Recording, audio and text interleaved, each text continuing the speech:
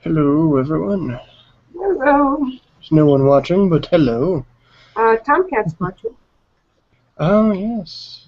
Tomcat.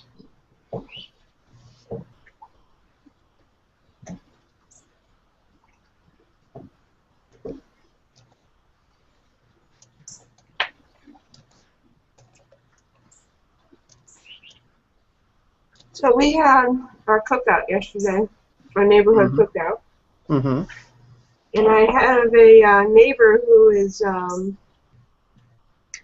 Filipino, Okay. and she made me this. It's amazing. Hmm. It's got noodles, shrimp, sweet peas. And here I just grilled up some brats burgers and corn. Oh, it's so yummy. My lunch. What? She's in trouble now that I know her. Ability. Yep.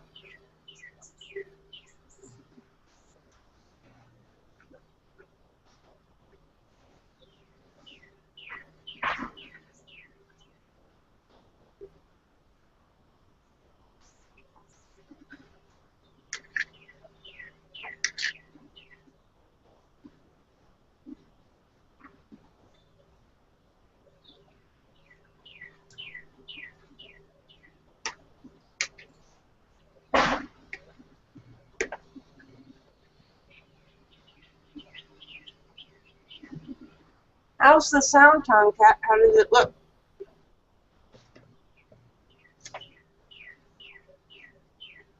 Can you hear us okay?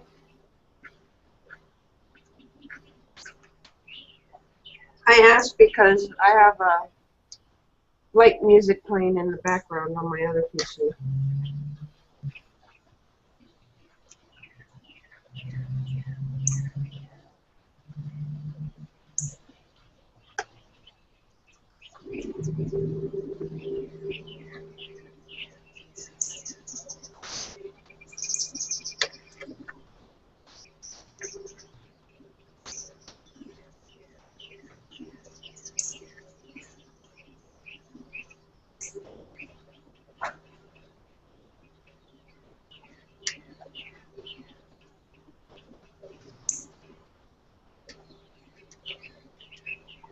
But I realized because there's two people on the call, it's not going to switch back and forth.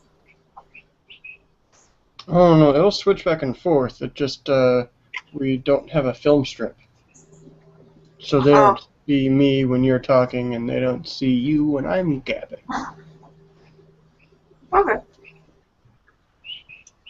Yeah, if there's Until anything Bizarre shows up. wrong with the stream call with Tomcat, um, let us know.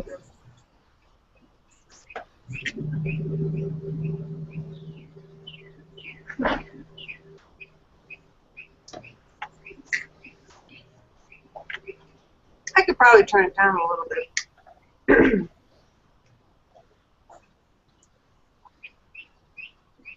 All your neighbor has to do is start up his chainsaw.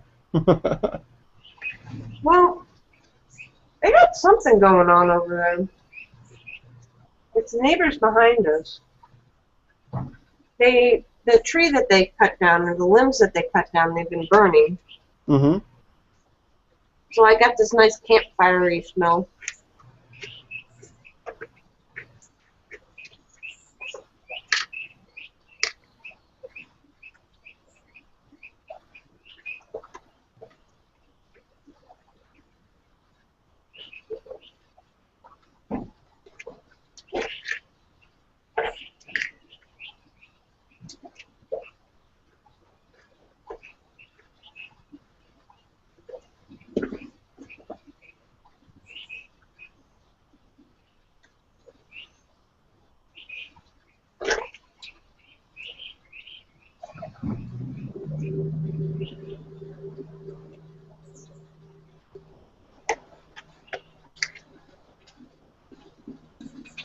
Oh, they're hearing the music from your stream. Yeah. So it's coming from your other computer. I'm like, why don't I hear your music? It's because I have your stream muted. Although Pandora changed their subscription service. Yeah, so it's monthly? Yeah. So I Yep. had to update that. Well, they said it was grandfathered in, so Hmm? they said nothing was really going to change for me. Do you still play yearly or monthly? No, it'll be monthly, but it's going to be the same amount kind of thing Okay. for like the first 2 years or something like that. Yeah, I was grandfathered in too through the yearly rate. So I guess it's higher now if you just join. Yeah, probably. As they're picking up steam and need to add more and more songs all the time, I can see how the cost would go up. What's the other service that's really high? There's Spotify. Spotify, yeah. Okay. I think that's their biggest competition. Yeah, probably. I don't use Spotify because, like, I could see someone that wants to play a specific song or. Yeah, it's perfect for that. But I like to set it and forget it. And even though Spotify has a radio, Pandora's is better. Yeah, that's where I'm at. Once you know how to use it.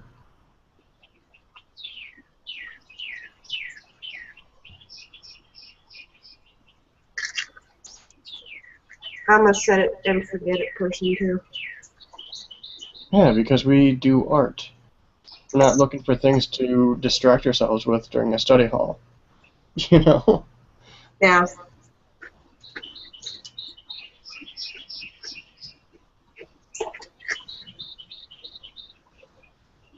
Oh my god, this is so good.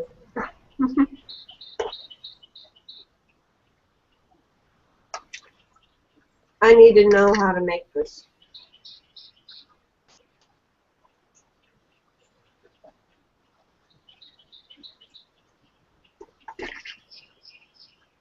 Alright, I'm gonna save some for lunch. That should get me through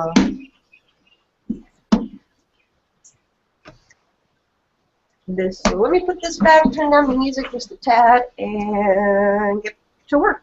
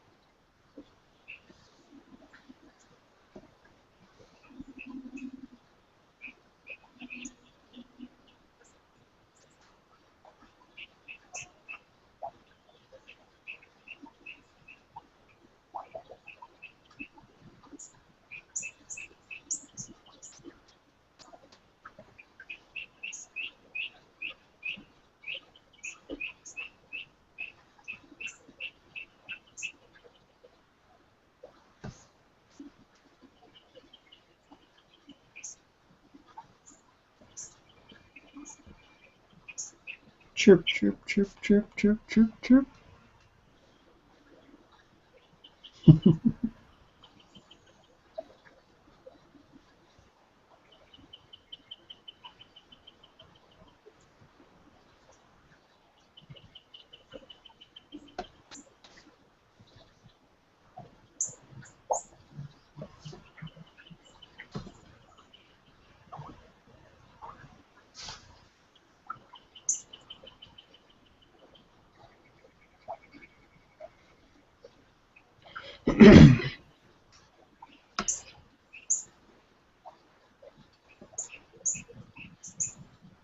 Hmm. It does switch. It just takes a while. There's a little bit of a delay. Anyway. As long as I'm talking, it shows my ugly mug. And Cthulhu's beautiful backside.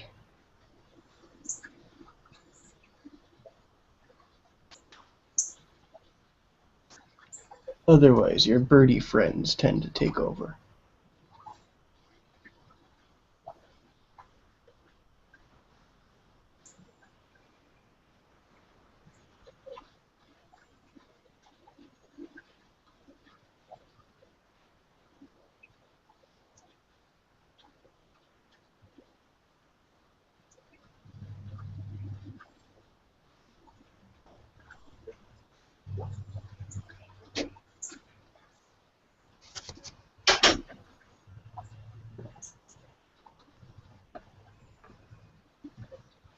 It switches! Yep. Oh my goodness, technology is so fun. So today, I have to do some boats. And hopefully some clouds. Some happy little clouds. Some happy clouds and some happy trees. And you're doing a happy Cthulhu. Yes, he would be quite happy. Rising from the depths is something he's been looking forward to for eons. I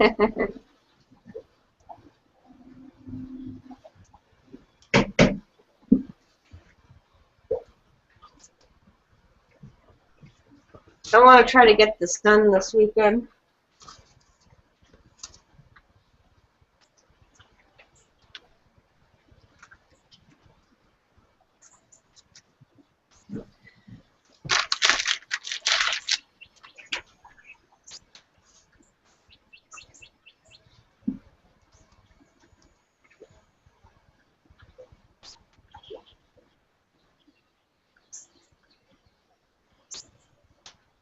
That noodle stuff was so good. Now I'm gonna have to eat something.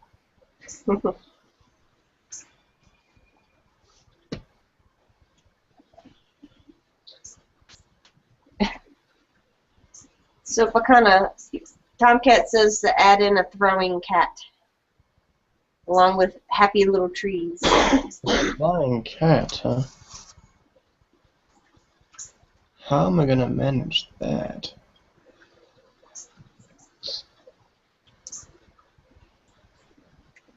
I think I might invest in one of those like ice packs to put on your neck for out here. One of those towels you...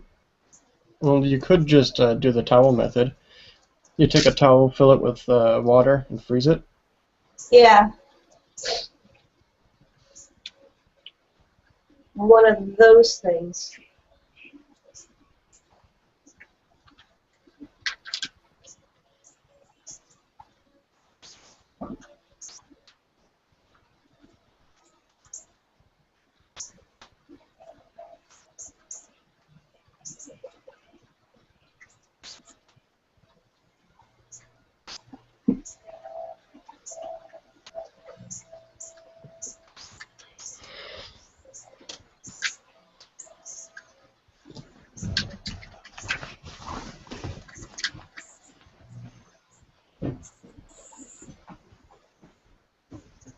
I think I might try to do something here.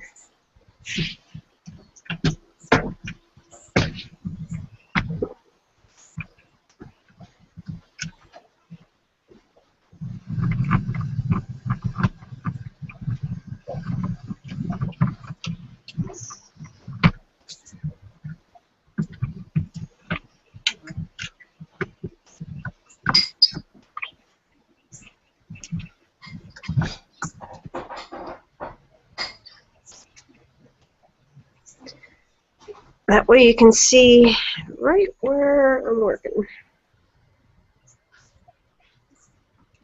How's that look, Chris?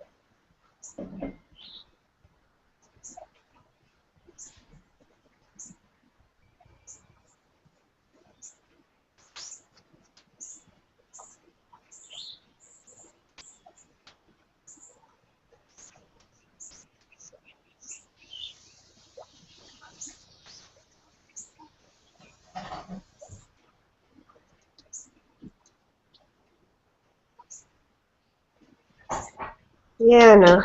That kind of leaves me right when I ask him the important questions. As long as it looks okay to you, Tomcat, that's all that matters. I just don't want to get my big fat head in the way.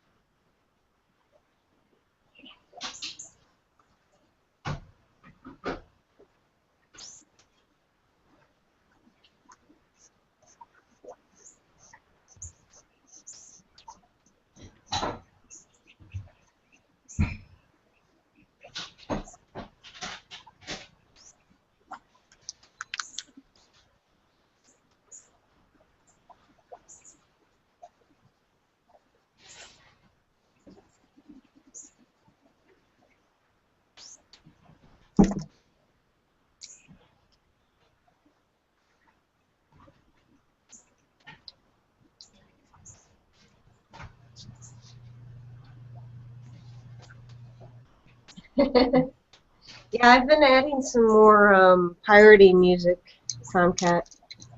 Let me keep my chat because I have to get up and see. I have to read like super fine print. I wish there was a way in live stream to make the chat size bigger. Like, I don't know if you know of a way. I can bold, I can italic and underline, but I can't change the freaking size. And Control Plus doesn't work.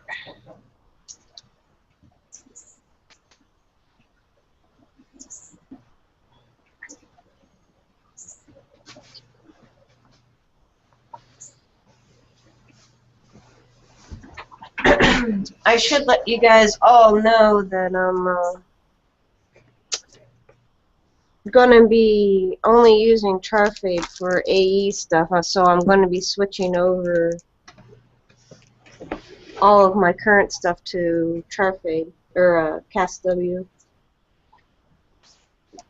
My Facebook page is going to switch in about 14 days, I think they said.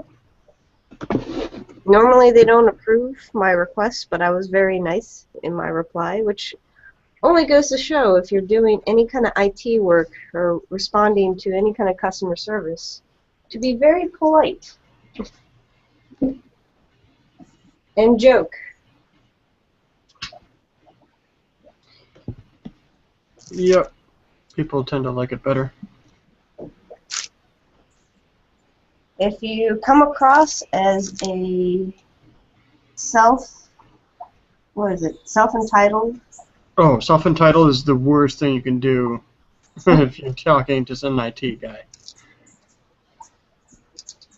This doesn't work. Fix it now. I need it to be working. Wow. You're so incompetent. You can't get this to work. Well, if it's so easy, you do it. The best was the last guy could do this. Blah blah blah blah blah blah blah blah. I've never had this happen before. I I never got this treatment before. Why is it changing, Ralph? Change? No. Change bad. Shut up. Just shut up. Change happens.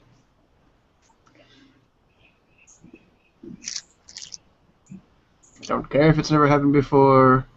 I will try to fix it anyway. That's just what I do. All you have to do is tell me it's not working, and I'll do what I can. That's all you have to do.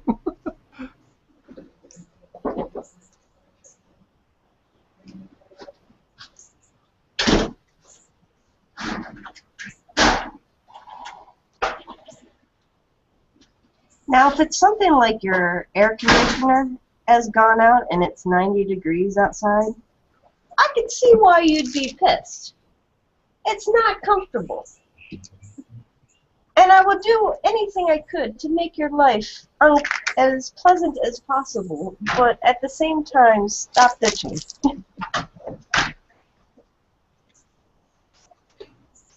So you're switching over some of your social media stuff, I heard you say when I came back? Yeah, I'm And switching everything to the Art of Cass Wagner. I'm actually going to switch my DeviantArt page name too. That way I don't have to... well, the biggest thing is, like, I have 2 different lives, and yeah. I thought about combining them, but that's not actually a really smart move to do. And I've kind of been on that trail of combining them, and I've really been cautious about ever using my real name on stuff, but I'm running into the issue when I'm doing chalk events, and they try to find me online by my name, which is my real name when I go to chalk events, and they're not able to find me. So I have to do better about that, and I've kind of decided that I want to do fine art. After doing this piece and seeing how it works and getting the responses that I've gotten just by how I've been posting the progress, Yeah. it's been very positive. And other people have been asking me to do work, and it's something I enjoy. It's not like I have to drive an hour to work. So I'm trying to really think about the back end of this year, then in the next 6 months, how I can make payments and just get by, but do work. Like, I don't want to live lavishly. I don't. Mm-hmm. And I don't ever expect to, but I just want to be able to... Live.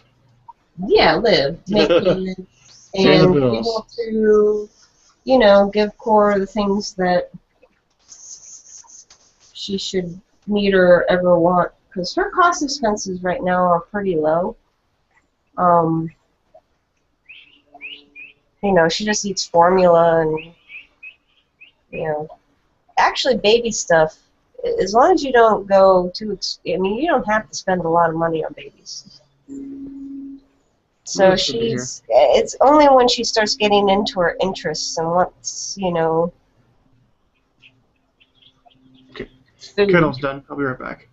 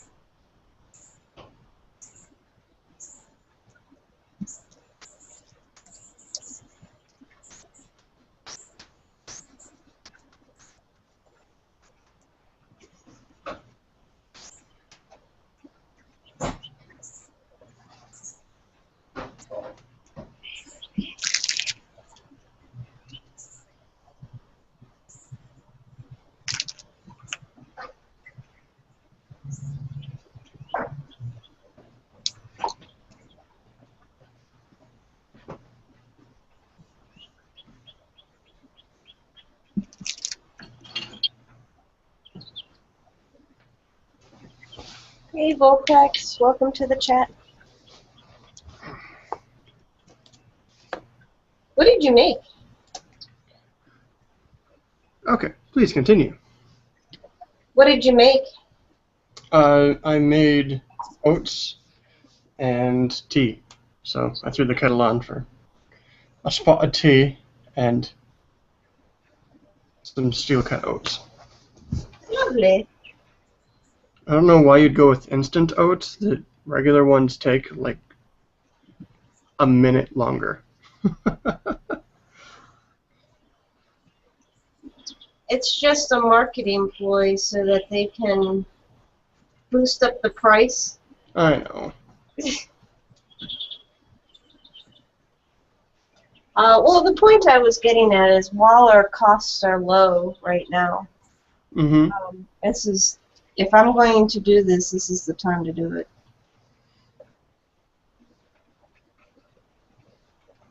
But I also don't want to fall into that victim, that other artist that you follow, the comic artist, where he's not able to meet his expenses. Oh, yeah. Well, you know, I've been sharing with you a lot of documentation and, you know, case studies of what, you know, it takes to do freelance. Yep. And I think I have a little bit better perspective than that guy. Yeah, probably. We have someone in the Google Plus, Anna Moira, who says, "Nice painting." Want to tell her a little bit about what you're doing? What's the name? Anna Moira. Oh, hi, Anna. Well, I'm working on I think it's 26 by 30 soft pastel on canvas. And it's a little bit of an experiment because this is the first time I've been able to do this. It's a scene from a photograph that my coworker took in Thailand, and his birthday's coming up, so I figured I'd try this as an experiment. So this is completely learning. I'm finding, though, that a primed canvas, a pre-primed canvas, is not the way to go. The soft pastels do not want to stick. Oh, so you sprayed it? Oh, I've been spraying it with just my hairspray. I have a, let's see what kind it is, workable fixative that I should be using, and I think I might switch to it. Prevents smudging and wrinkling. Easy to rework, yeah, so I should be actually using this. It's a workable fixative can by Krylon. Oh, okay. That's actually better. You can't use this on concrete, though, when I do my chalking, so I have to use the Aquanet hairspray. And I probably should be using a fixative because that way it won't yellow over here. Yep. But since this is just an experiment and I'm not having him pay me for it, it's a gift.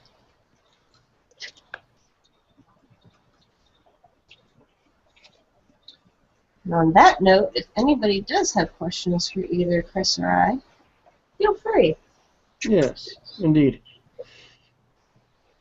Want to talk a little bit about what you're working on? Oh, I suppose. I'm working on sculpture of Cthulhu. Cthulhu is one of the deep ones, one of the ancient gods from H.P. Lovecraft's universe. If you don't know who H.P. Lovecraft is, I feel sorry for you. He's pretty much the grandfather of horror, recent horror. He makes makes Poe look like a pussy. And, I mean, he literally makes him look like a pansy. And so if you think about someone who's more known that you've probably maybe read a little of is Stephen King. He's probably, I'd say 5 times creepier than Stephen King. And he uses about a quarter of the words. Like, he does short stories. He doesn't describe everything in fine detail. He lets your imagination do the heavy lifting. And so he just does light descriptions, and from there you create these vast images in your mind because he gives it huge scale. Anyway, Cthulhu was one of the ancient gods, ancient creatures, who is ginormous. But his city was sent under the sea, and he was basically made to wait underwater until his city could rise again. And so he just sits there and waits under the tides, which is why he has wings, because he's not actually a sea creature. But he has barnacles because he's been sitting underwater for eons. Ever since humanity was young. And that is Cthulhu. I'm glad you finally explained that, because I'm like, you're putting wings on this guy and he lives in the sea, like, what? I mean, to a person on the outside, and I will say I am very much a H.P. Lovecraft ignorant person. As are most of people. I actually didn't know anything about it until I met Muzz, and I saw all of this fan art, and I was like, I should probably look this stuff up because it's something he is interested in. So, but I never understood the wings aspect. Yeah. And one of the questions that just came up on Google Plus is, who draw that? If you're talking about Cthulhu, the version I'm working on isn't really based on a specific drawing. I took reference from a lot of the artist interpretations of Cthulhu. There's hundreds of them, and they're all different. There's no specific, this is what he looks like. You just go by the description in the book, and you create your own image of him. General consensus is he's huge. You know, he has the tentacle face, he has wings. But from there, you can kind of go with it as you will. And if you're talking about the painting, that is Cass with, what was it? Chalk.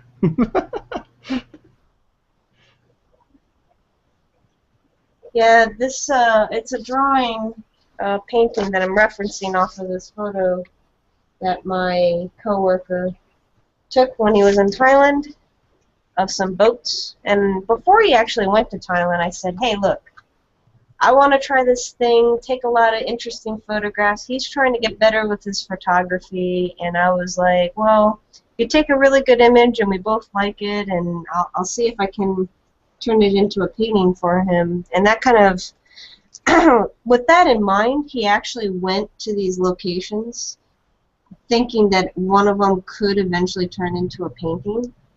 That's pretty cool. So it was a, conscientious effort on both ends to, put, not just take these photos, but to, one might actually turn into something kind of thing.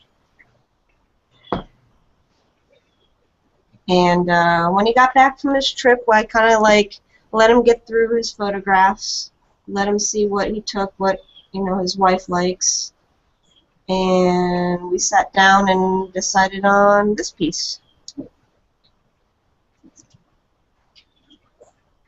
which when he was posting it on his blog of his journey, I immediately saw it. It was like one of the first days that he was out there, and I was like, I think that's going to be the one I'm going to chalk. because the colors and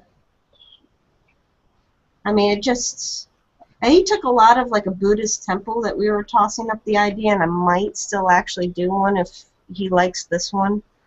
I would actually have you set up like a commission deal or something like that. That could be cool. We have someone asking in the chat of who are we and what country we're from. And so we are both from the United States. I'm in Wisconsin, which is in the northern part, and she is in Florida, which is in the sunny part in the south. It's not very sunny out today. It's very overcasted, which I'm not complaining. But it's I'm working. warm. I'm working outside because it's better lighting. Inside my house is very dark, so if I'm working with color, I want to have the better lighting outside. So I apologize if there's a random hawk or bird or neighbor cutting the grass. In which The case hawk is I late would. today.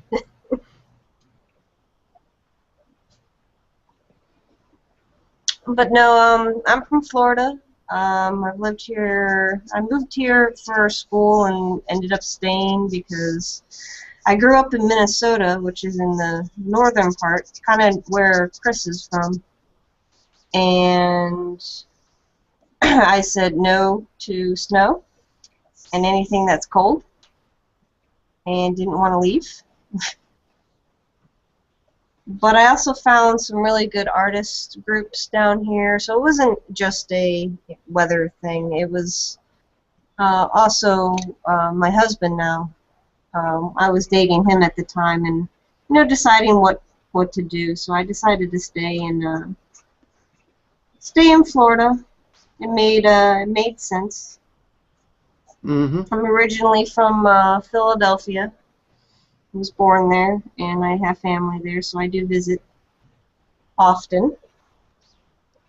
But for my career, I work at a Flash browser game company called Artix Entertainment, and I do a lot of graphic design, marketing, concept work, and a lot of like NPC character design. And I also help a small group of artists that follow the game and teach them on the side, which I've been loving. Some of them are actually in the live stream chat, like Tomcat and Voltex and Bidoof and Mecha Mario. A little shout out to you guys. And right now I'm also do street painting. In Florida, there's a huge street painting society called the Florida Chalk Artists Association, and this is our off season because it's summer and it's rainy, and that doesn't bode well to chalk artists. So if your piece gets rained on, it kind of like ruins the day. And since it rains a lot in Florida in the summer, we only chalk usually in the spring and in the fall when it's cooler and there's less chance of it raining. So since it's the off season, I've decided to experiment, and this is an experimental painting, like I said. So yeah, that's a little bit of my background in history. And Chris and I met, what was it, 3 years ago now? Yeah, about 3 now, I think. We were in a in study 2012. group. Him and I both at the same time were like, all right, we need to get better at our skills. And we started this, well, we entered into the study group, which taught us a lot of things we were doing wrong, horribly. It wasn't even a study group at first. It was just Sparky's, and well, now it's Nusha. She just had a random challenge that she posted in her journal, and we both decided, hey, that could be fun. And then it turned into a huge study group. And Chris and I, since we have a lot of likenesses, and we're in the same time zone, kind of, and we just decided to wake up every Saturday morning and to paint or study or do something. Well, we used to do it after work until I had a kid, and that changed things. Mm-hmm.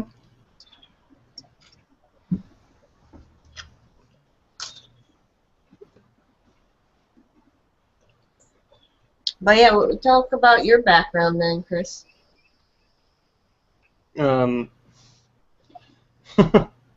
My background, huh? Yeah.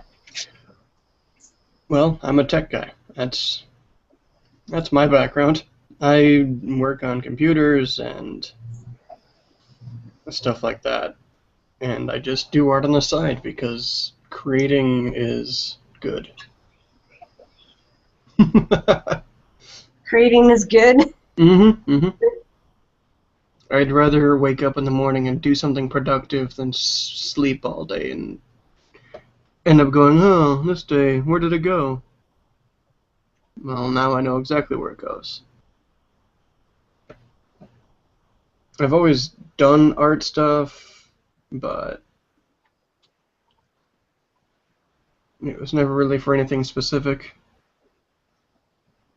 I have a million hobbies, and I keep adding more.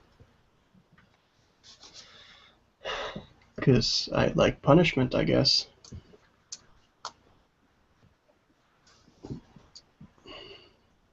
Yeah, to add to what Bakana said, like, we're both, I have a rule, I have a thing called a 3-year rule, that if I haven't seen myself improve or have done something new or experienced something new or something that, like, if it's skill-wise, if I'm idling and I haven't really improved in 3 years, I'm not going to spend the next 3 years not improving on something. So if I'm not getting results out of something, and I've actually spent a good amount of 3 years into it, it's time to change, shift gears, maybe rethink what I was intending on doing, what career path I was intending on doing. I taught for 3 years and decided I didn't believe. Oh, I love teaching, no mind, but I didn't believe what the institutions and universities were doing to our college students. So I said, F that. I'm going to start teaching online for free because art is one of those skill trades you can learn online for free as long as you put the time into it. And I said, I know I could make money doing this, but the tuition costs of universities in the United States are absurd. And if you're not going to a school that's you need expensive equipment for, like doctors, they have access to expensive equipment and have to get online training and certification a more traditional way. Lawyers, same thing. They gotta, talk and discuss and debate. And if a university, you can learn most of it online, do it. Has been my philosophy. Stick it to the man that are just accepting oodles of money for no effort.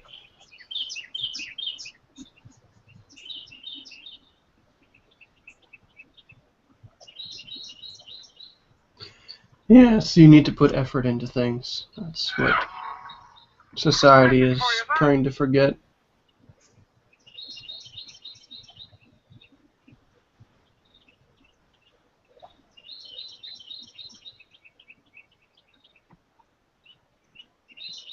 Tomcat says it's hard because if you have no passion or drive for it, it's difficult to wake up. And to add to that, like, you have to find people around you that will help you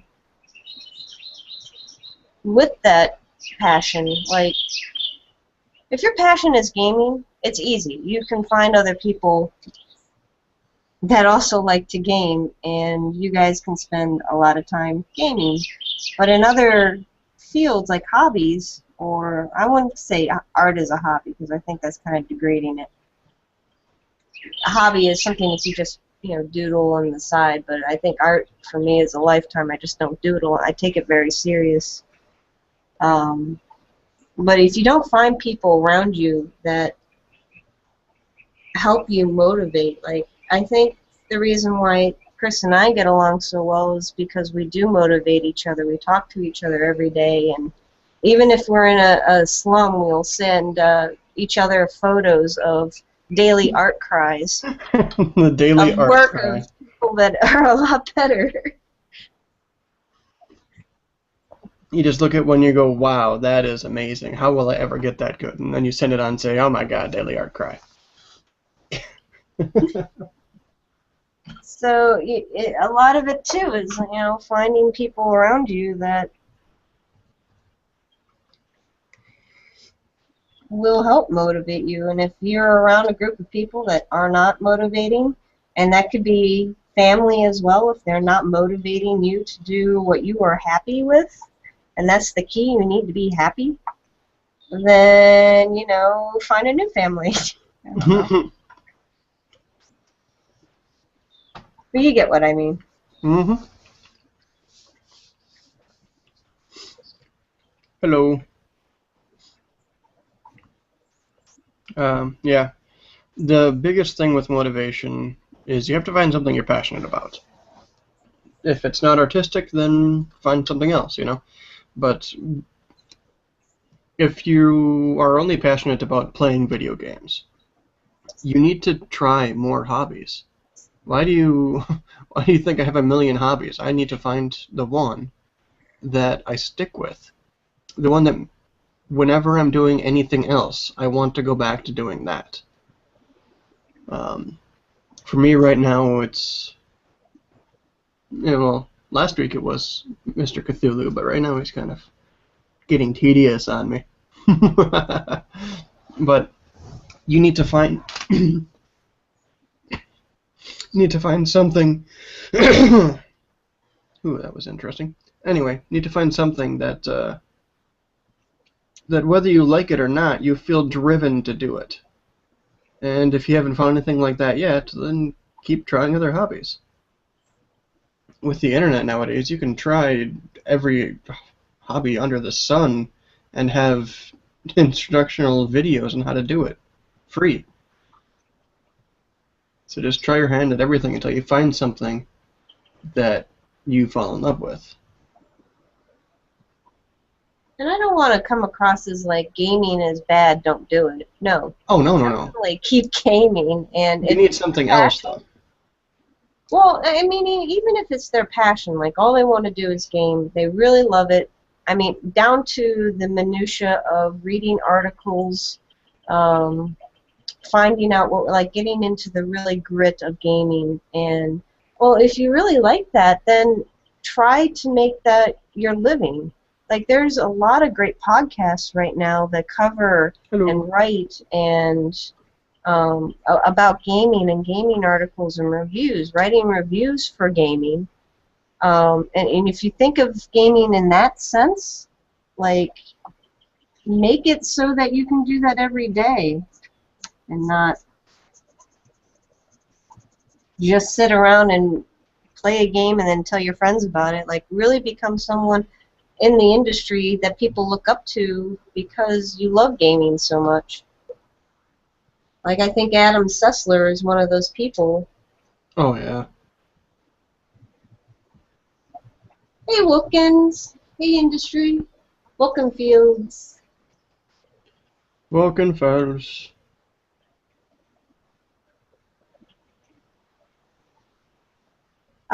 Industry, I sent you a Skype message. Just check it whenever you can.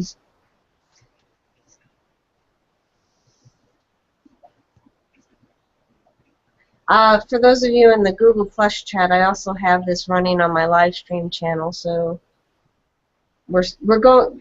Chris is watching the Google chat, and I'm watching the live stream channel chat. Yeah. People have been popping in, saying hi, and then ducking out.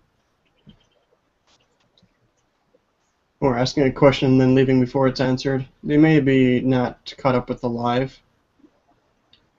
but if they're hopping in or if they're hopping in these, they should know how to get to live, I would think. Or maybe we're just too boring.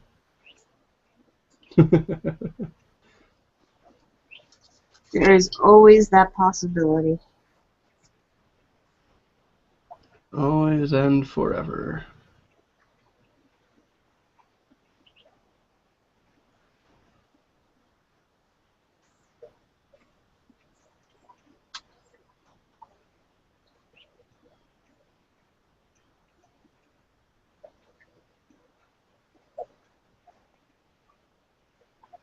So I made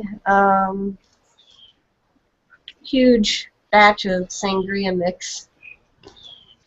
Enough to feed the whole neighborhood, but the whole neighborhood didn't come, so I still have a whole container of sangria to go through today and tomorrow. The sangria is only best when it's fresh. Mm-hmm. So if you want to come to Florida and have some sangria. If you want to come to Rice Lake and have some grilled corn, I we would grilled up. love your grilled corn because you cannot get good corn in Florida. Yeah, we grilled up 12 years of it yesterday and ended up not getting anybody else over, and so we have quite a bit left.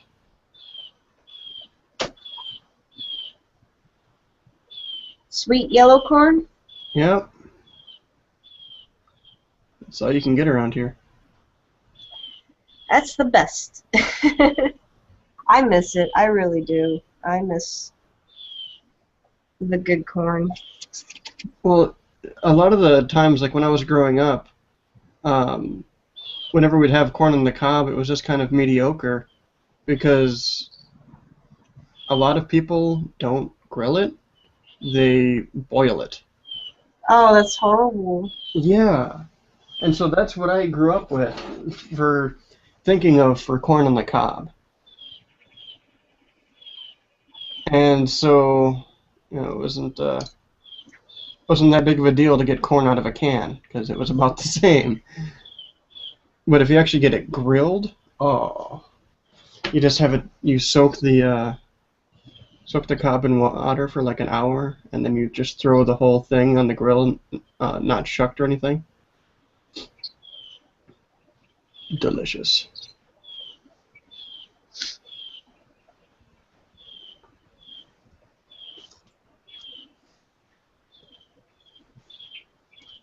And those of you that are in the live stream chat, just letting you know, with Google Hangouts, there's a 20 to 30-second delay.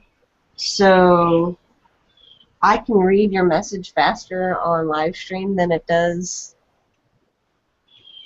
for you to watch. So, but I really like, if Google could fix this latency issue that's going on, I like it because then it can switch between Chris and I and you can see both of our work. Without having to go to separate streams. Yeah. Or have it set up so that they're just both on the same screen and you can't see either one of them very well. Which is what we could have done with livestream with XSplit, but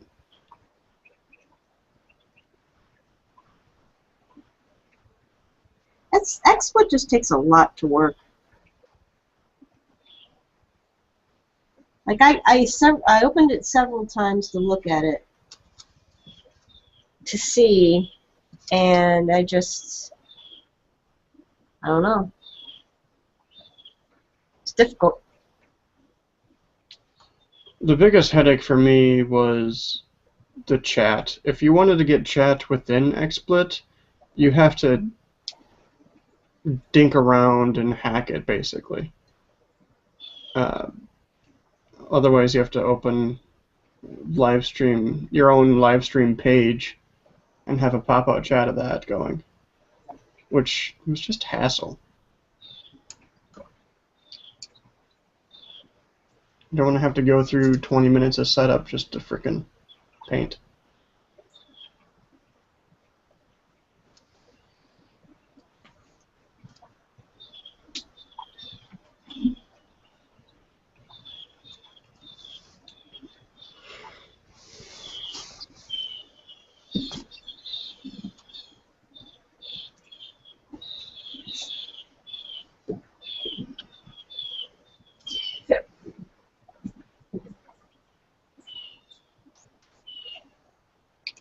So have you put any thought about coming down in November?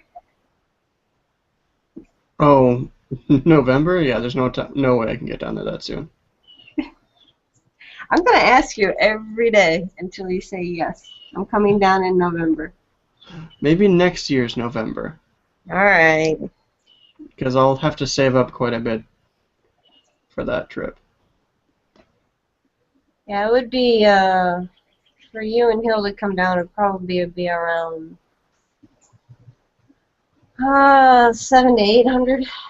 Yep, just for the plane tickets. Yeah. But once you get down here, all you have to do is worry about food. And if I buy anything at the festivals, Yeah, well, yeah, merch. yeah.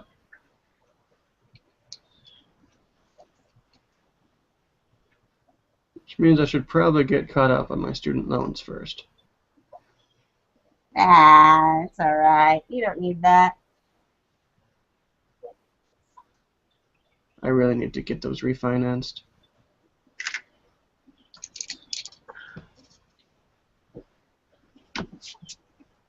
All of the assistance programs that'll help reduce them and stuff like that, or refinance them, You make it pay they're like more. funded. No, no, they only work on like the cheapest ones I have. And Oh, so it's like, yeah, I could refinance this one that's only 1,000, but what about this one that's 50,000?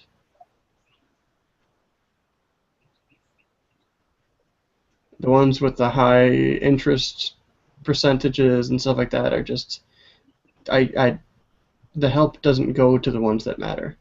yeah. Only goes to the ones that I could probably pay off in one payment. I'm doing pretty good of knocking those down, but Oh, I I still know will I'm going to be paying them for the next 10 years, which I don't want to. I will never be able to pay mine off. Yeah. I Mm. mean, I'm being dead serious about that right now. My student loan payments are almost as much as my mortgage, and that is just interest. So my payments, when I make them, do not reduce the principal 1 cent. Yeah, it's a bit ridiculous. Well, if they do those, like, I don't want it to, like, I would want to pay them back, but I don't want to pay back so, like, your payment shouldn't be your mortgage Yeah. at all. But I would expect them to be at a rate that is reasonable to pay back. But at the same time, it's like they raise it so high that I mean, it's just, I don't know, it's absurd. It's so high that an average person couldn't pay it back ever. And they do that purposely so that you're in debt for the rest of your life. Hmm. So it's like, be reasonable, guys, come on. But people at the top know that that's not the case. Yeah, yeah, yeah. It's not profitable.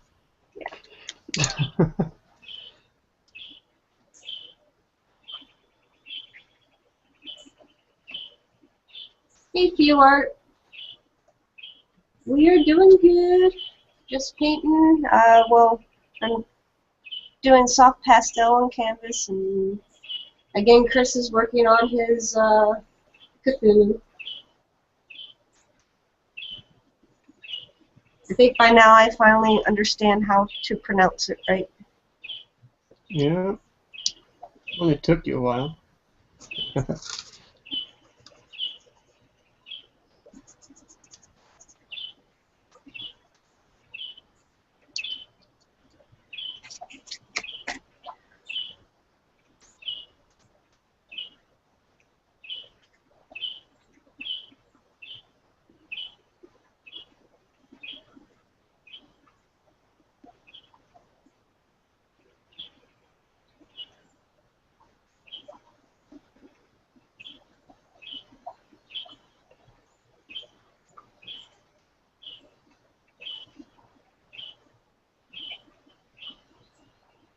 Wolkenfields is eating peaches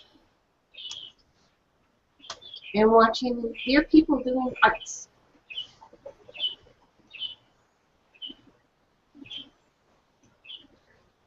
Oh, since Kathy's here, I'm mad at you. Mad at you, industry. Super mad. Hmm? Check out her speeds paint study of the lion. Oh, the lion? Yeah, that was so cool.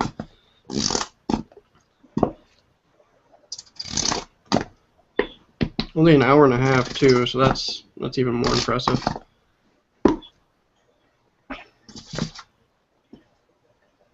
Well, to be fair, I know Kathy's been studying some big cats with lighting. Yeah. Because I showed her the Aaron Blaze guy. Oh, yeah, you did, huh? So I know she has experience, but still, I'm still pissed. It came out fabulous, is what I'm trying to.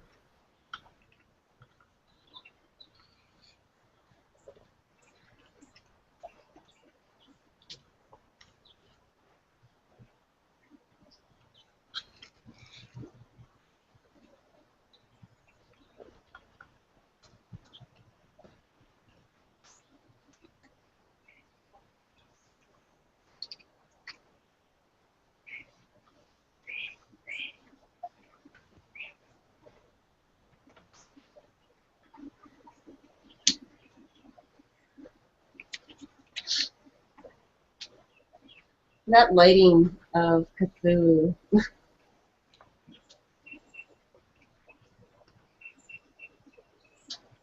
From that angle looks really cool. That's actually just natural light from the window. But yeah, I dug in a lot of the lines so that no matter how the lighting is, you'll see detail from any distance. That's the main thing my stepdad was telling me to do. So that's what I did. And I really pushed in the wings so you can see the ridges in between the flaps.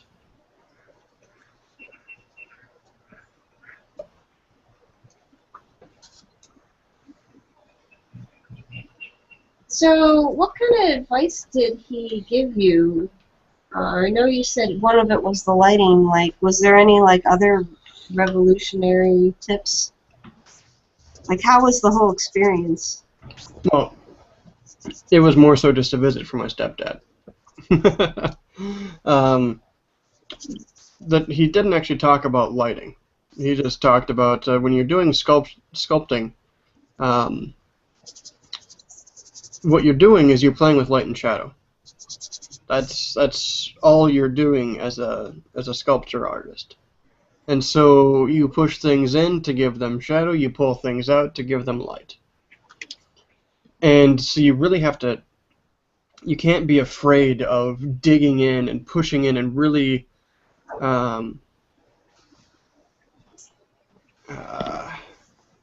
exaggerating the details. Otherwise, if you have it like I had before, where it was just all these really tiny details that you could only see close up, as soon as you take a step back away from it, it falls flat. So, as in all things, you need contrast, but to do that in sculpture, you have to exaggerate your contours.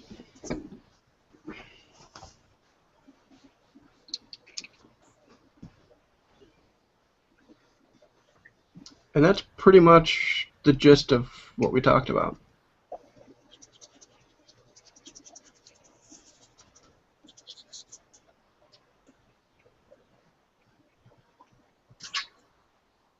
That was just some good advice, at least. Yeah, it was great. When you messaged me and said, "Oh, my stepdad, he touched your work and..." Oh, no. I just said I'm going to have to redo like 8 hours of detail because of the changes that he was suggesting. I actually destroyed most of my detail to do it. Oh, okay, because it came off and sounded like you were pissed out. Oh, no, no, no. It's just kind of a resigned, I have to redo all those details. He's like, don't do your details until you're done. And I'm like, I thought I was done. Well, I guess from now on, if you have him look at your stuff, don't do details. Yeah, I didn't know I was going to have him look at my stuff until I was going to have him look at my stuff.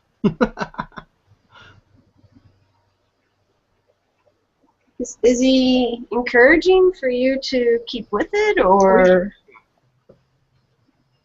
Yep. was he surprised at all, or? No, no, I've done sculpting and stuff with him. Okay. Just nothing yet of this level before.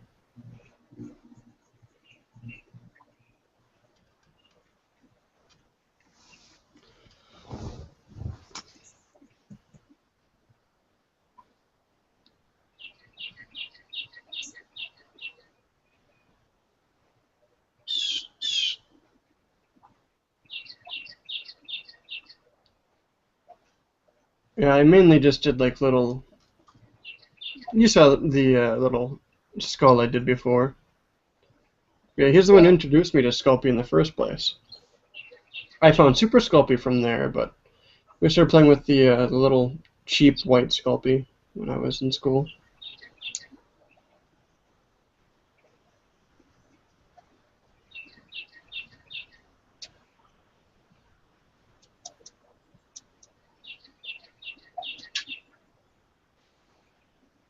Well, thanks, Indu.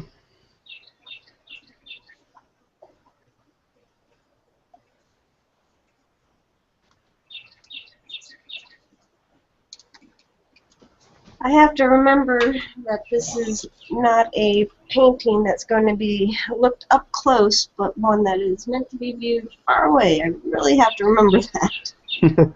Yeah. I'm looking like at it so close, and I'm just like, oh, I want to fix. I want to fix.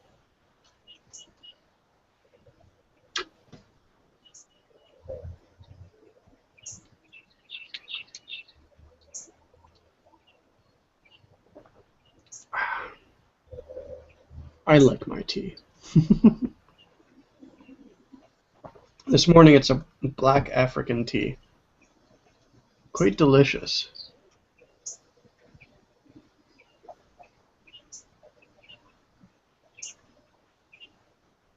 I'm trying to cut back on how much caffeine I drink.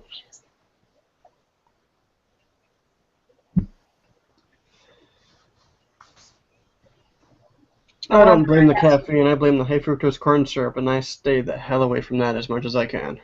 Yeah, we're making a really good effort. It's in a lot of things you wouldn't think of. Like, we know to Yeah, stay try away from finding cold. bread. God. Yeah.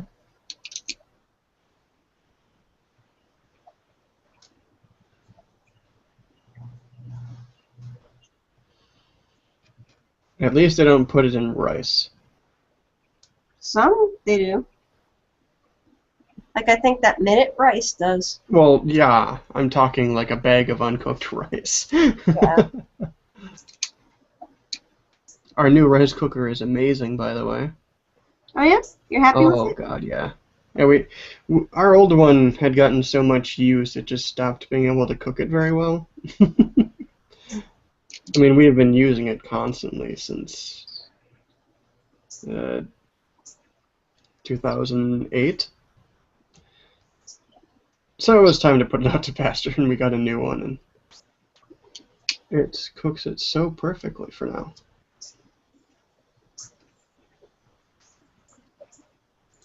You might share a link to Amazon for me. I've been thinking about getting one. Okay.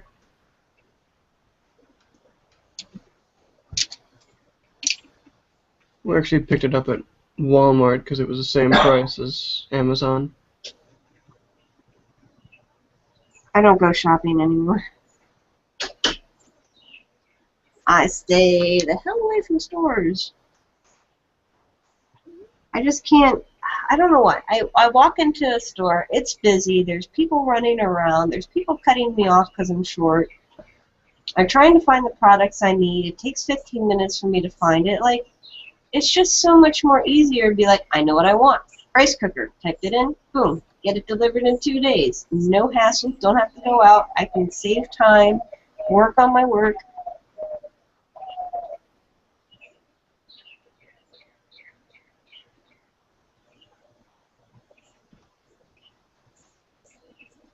Hey, the morning doves are out. I don't know if you could hear that. No, I couldn't hear it over my knife party radio. I was just commenting yesterday I hadn't seen the morning doves, and now they are here. Here it is.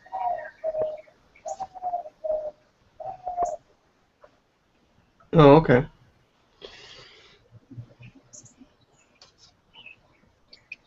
It's on the fence.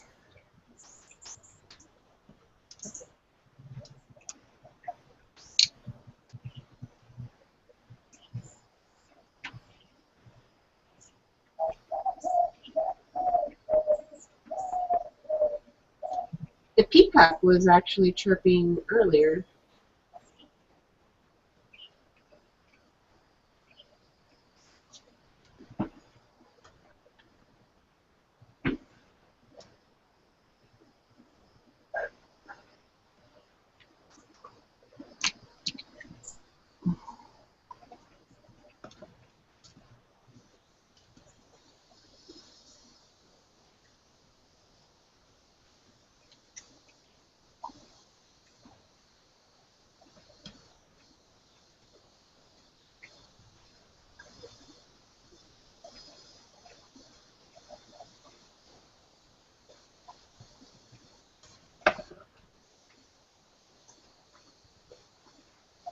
I hate it when I find the wire.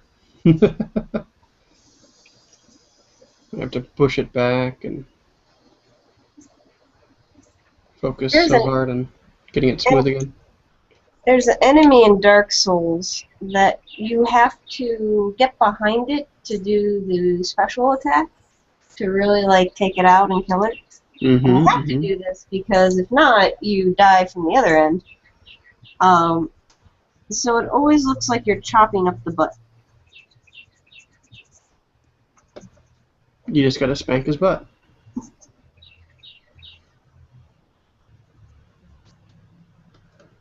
You should equip the paddle weapon.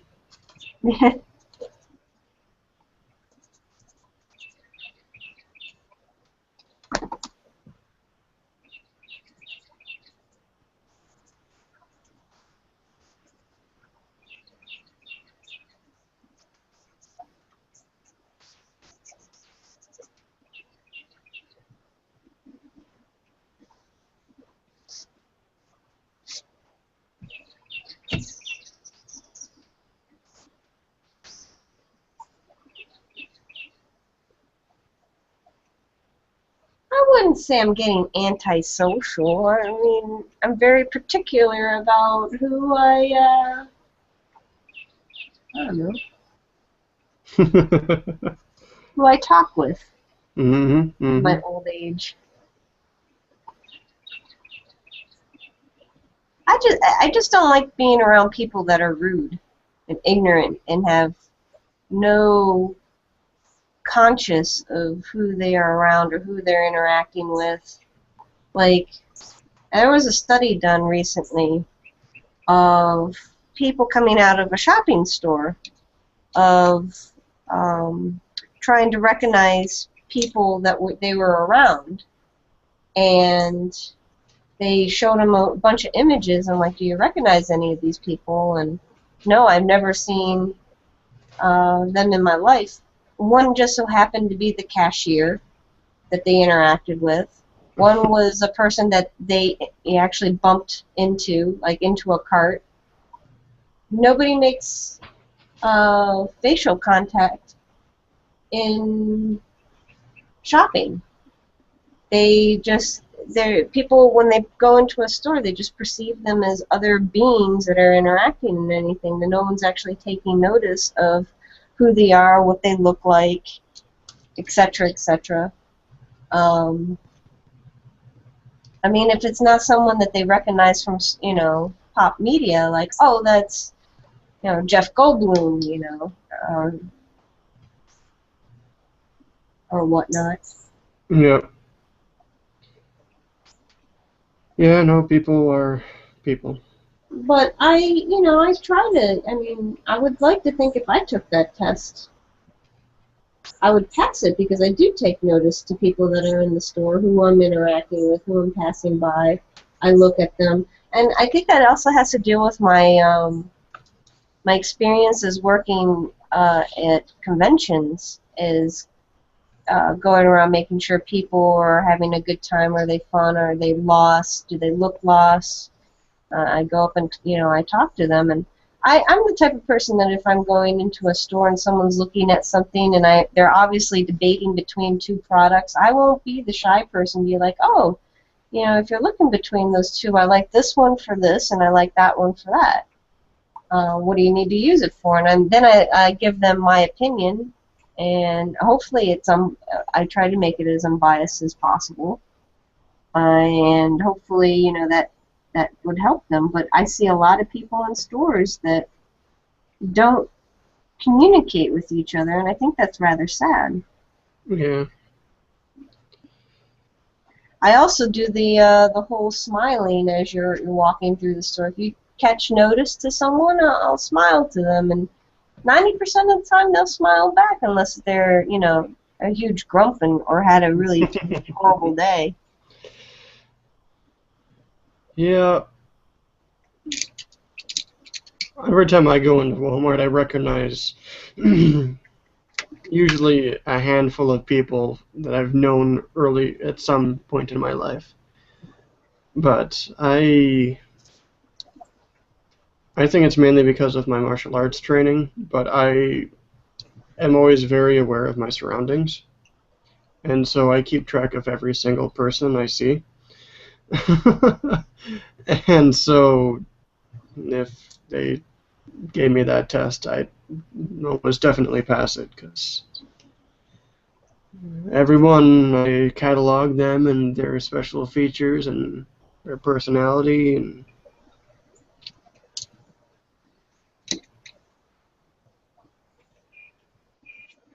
We got some new people in the chat. Bazaar, AJ, and I want to pronounce it's Mylqin.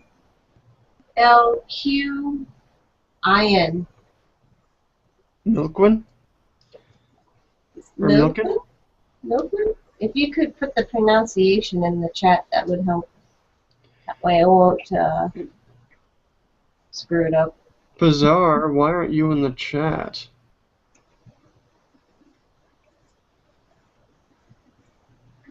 Bazaar, I wanted to ask you, because you left abruptly yesterday, if it was something I said that made you leave, because I felt bad and you left without saying goodbye, and I was like, oh no, is Bazaar mad at me? Like, is he never going to talk to me again? Like, I didn't think that, but I thought maybe that whole, oh, you're drawing a monster, and then you go, that's my face, and I'm just like, no, there was a monster on screen. I'm like, I think I was confused or something. I don't know.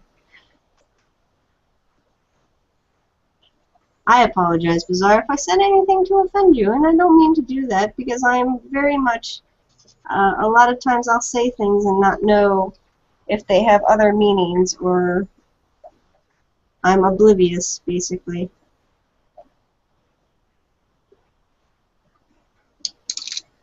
But if you teach me, I will learn.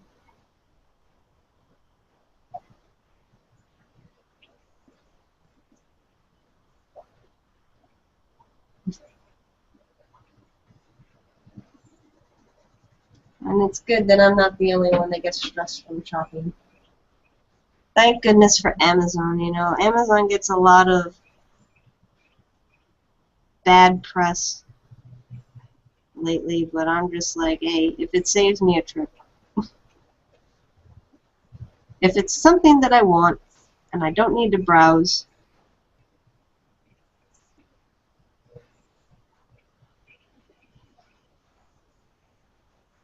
I think I only go to the mall once a year. The one store the one type of store that I can never get into online, um, except in certain cases, are bookstores. I I don't like to say, hey, I heard that there's this new book, I want to go read it.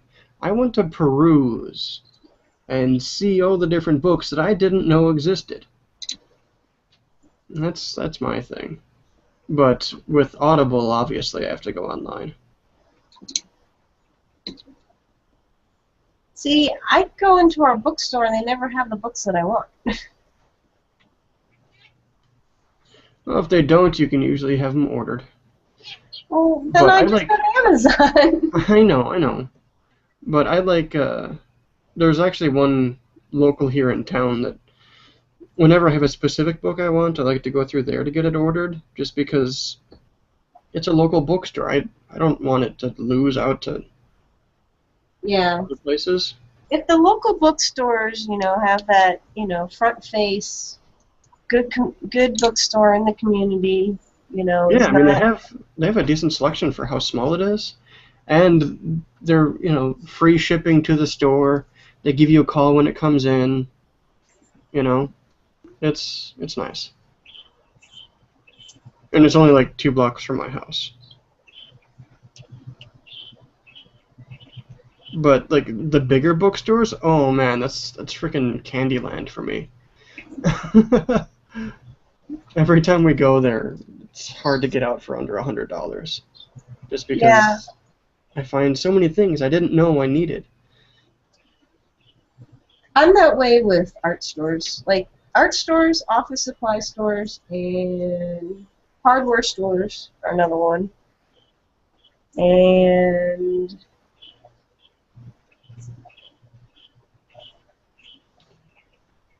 I Oh, would say it's just bookstores. pronounced milk.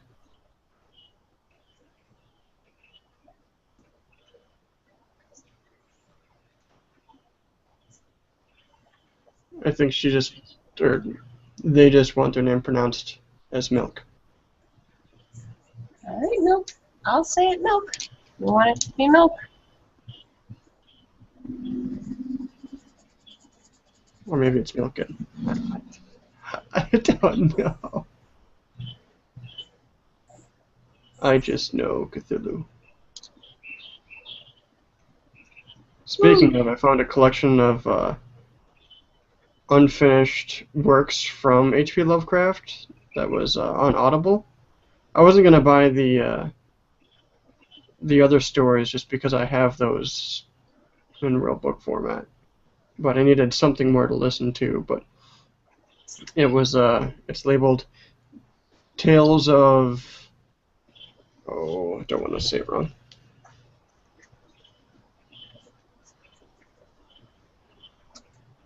Dreams of Terror and Death. The dream cycles of H.P. Lovecraft. What?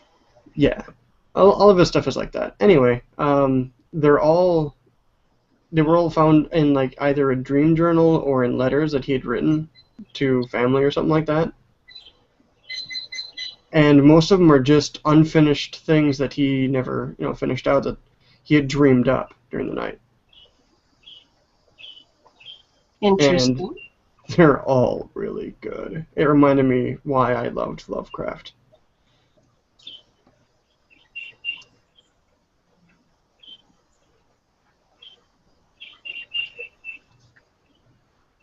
And they're short. I mean, like some of them are only 15 minutes long. Have you ever listened to them? Lovecraft on Audible? That's what I'm talking about. Okay. Well, no, I mean on Audible, like listening to. Yeah, the one I'm just talking about was um, on Audible. The Dreams of Terror and Death. That's Audible. I mean, I have two. Actually, I have three Lovecraft books. One of them is leather-bound. It's supposed to have almost everything in it. Then the other ones are more specialized ones. I own many leather-bound books. Milk asked, do we live far from the mall or town? Well, it depends. I kind of live in the middle of nowhere. There's some stuff in here, but if I want to go to like a big store that's not Walmart, it's at least an hour drive. If I want to go to really big stores, like the actual big city, then it's about 2.5 hours. Um, and that's just highway travel. Open highway, 60 plus miles an hour. Um, actually, probably 70. But there are some minor stores, and there's a mall in town here, but it only has like 4 stores in it now. Because the guy keeps charging too much and raising rent, and people are like, no. They just shut down.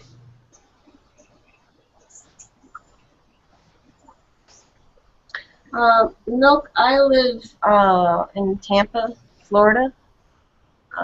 Most of the stuff I ever need to get to is, well, to get to my grocery store is about less than 3 minutes. I could actually walk there in 10.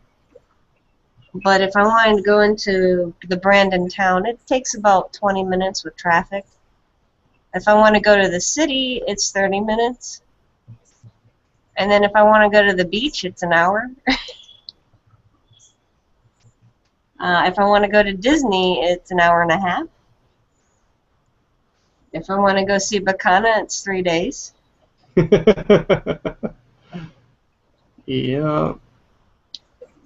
3 days with stops. I could get to Minnesota. Let's see. I got to Milwaukee in, I think, 24 hours once. And that was nonstop driving, going about 70 to 80 on the interstate. Well, And you're a little bit further than that, so. yeah. Milwaukee. You said Milwaukee, right? Yeah. That's like a 5-hour drive for me, I think. So it'd almost be 30 hours with stops and getting gas to drive to see Bacana. And that's from going from Florida to Wisconsin. And I would not recommend that. I could do it when I was younger. Not so much now.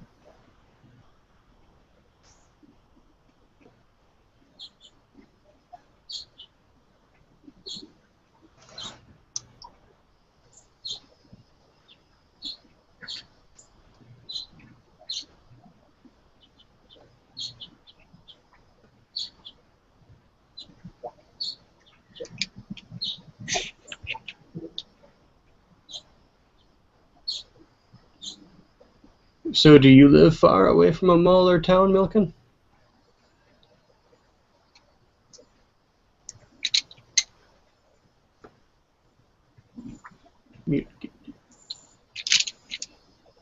Ooh, sweet peppers. The peppers.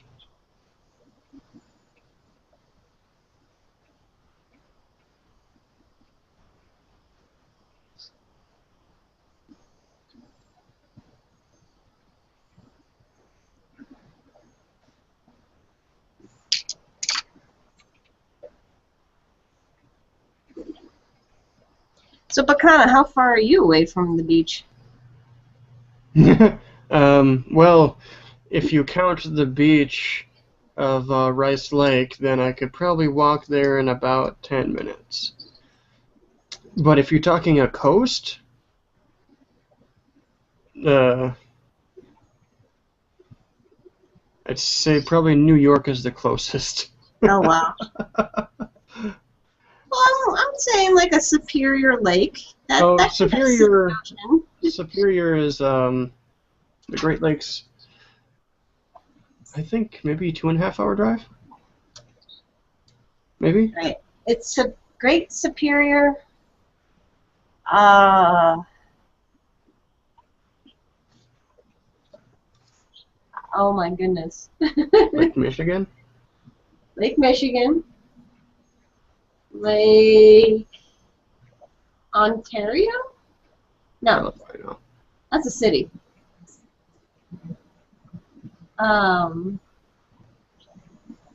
Well, Superior was between Wisconsin and Minnesota, right? Yeah. Okay. That's why I know Superior. Lake Placid. Wow.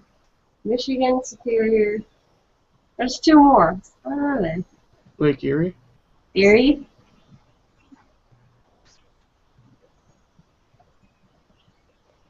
I There's am another bad. one? Huh? There's another one? Yeah, there's four, aren't there? Hmm.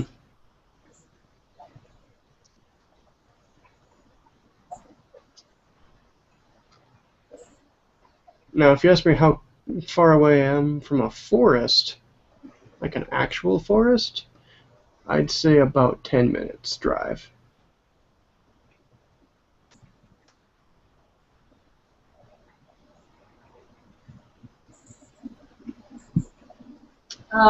Industry is surrounded by malls. We have at least 5 of them within 10 minutes away, and that is because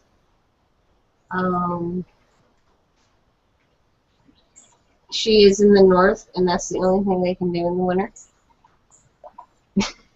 in Canada. Oh, Canada, yes. Yes, sir. My brother to the north. Milk is from New York City. Hey, I will be there. I will be in Buffalo. I know it's a ways from New York City, but I'll be in Buffalo come August 1st.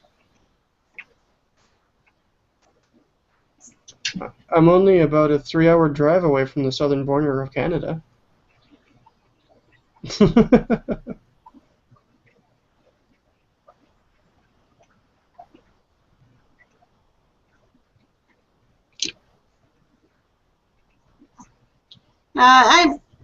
The mall thing. I just don't want to put up with people. That's the reason why I don't go to the mall.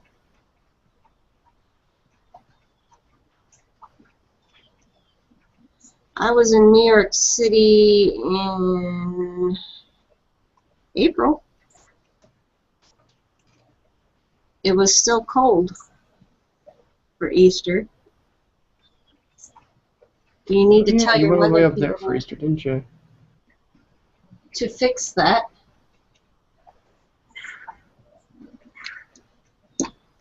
I get up there and there's a cherry blossom festival that we were going to go to. I'm like, yeah, cherry blossom festival. That's going to be cool. Nope, didn't have any of that bloom.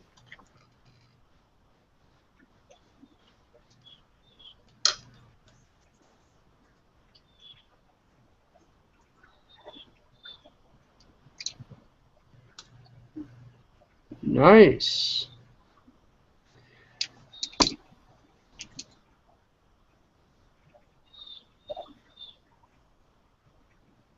But I bet the beer's better where you are, right, Vulcan?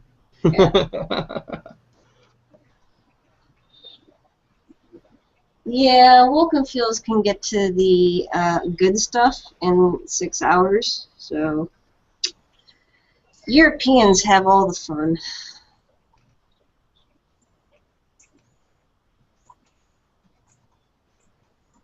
Oh, not yesterday, but last time we grilled out, we picked up our meat from Louis Finer Meats, and it was fantastic. I mean, they actually have certifications on their walls that they're actually certified as being able to properly market their stuff as versed. Like their bratwurst is actually versed. Ooh. It was so good. So much better than the junk we normally get. I need to go to Dunderbox, and I've been meaning to go to Dunderbox and take a bunch of pictures on the inside for you, Vulcanfields, because I want to see if this is an accurate representation of Germany or is it an American version of it, which is probably an American version.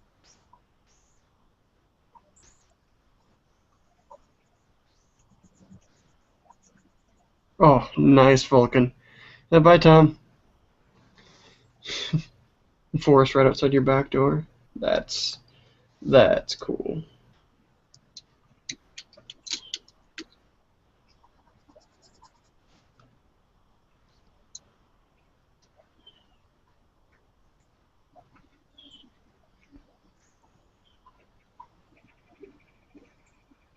I'm about 15-minute drive from the Pipestone quarries. If it wasn't illegal, I'd so grab some of that stuff and carve it. Because you know the whole thing with pipestone, right? I do not. Pipestone, it's called pipestone because the Native Americans would use it to make their pipes. To And make what? Make pipes. Pipes. Like their smoking pipes? Smoking pipes, yeah. And it is a stone, but it comes out as clay. And so when you dig it out, it's workable like a clay. You can cut it with a butter knife kind of thing. But once it air dries, it is rock. Okay. It's just so cool, and it's just this, it has like a brick kind of color to it. So they don't let you use it. Why? It's Native American only kind of thing. So let's say on your property you found... Oh no, it's only in that one specific place. Okay.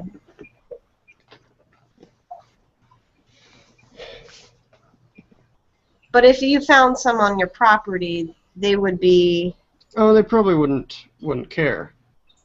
But if you actually go out to the place where it's known, then those quarries are off limits. Gotcha. So I think you should start digging a hole in your backyard and then ask your neighbors about digging holes in their backyards.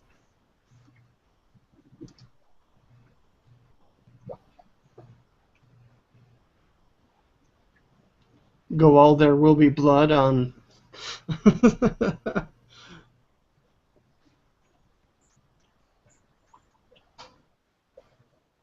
Canada is always snowing though, just so you know.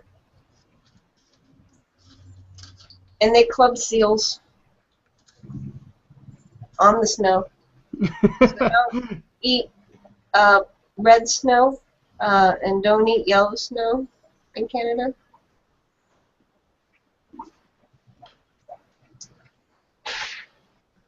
Pretty much everyone thinks about Canada as the exact same they think about us in northern Wisconsin.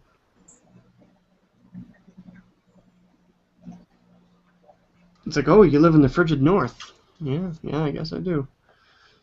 I just think cheese Yeah. and beer.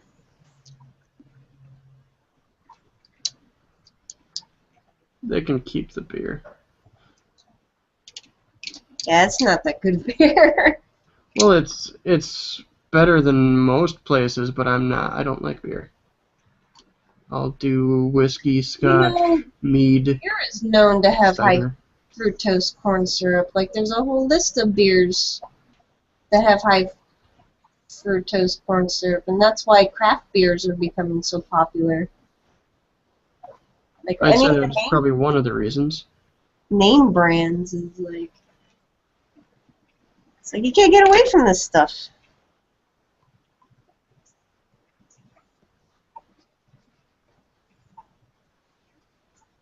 But yes, if anybody in the chat can make it to Florida by Monday, I have a ton of sangria that needs to be drank.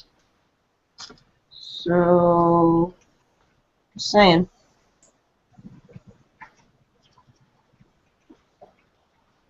I'm actually hoping I can go around to my neighbors today and just give them a glass. You know, this is the sangria that you didn't drink last night. Drink it.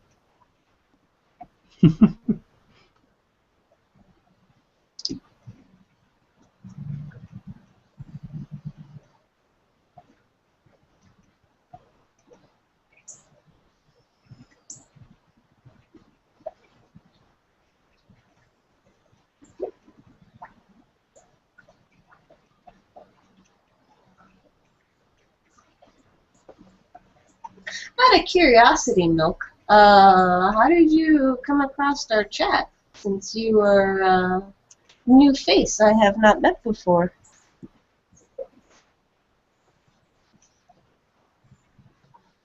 I'm always curious to see where everyone comes from.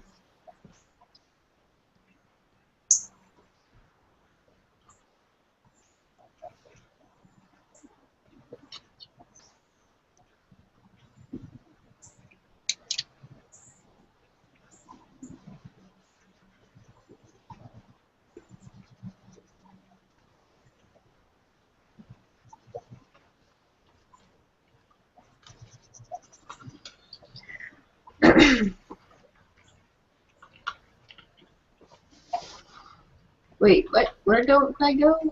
Where?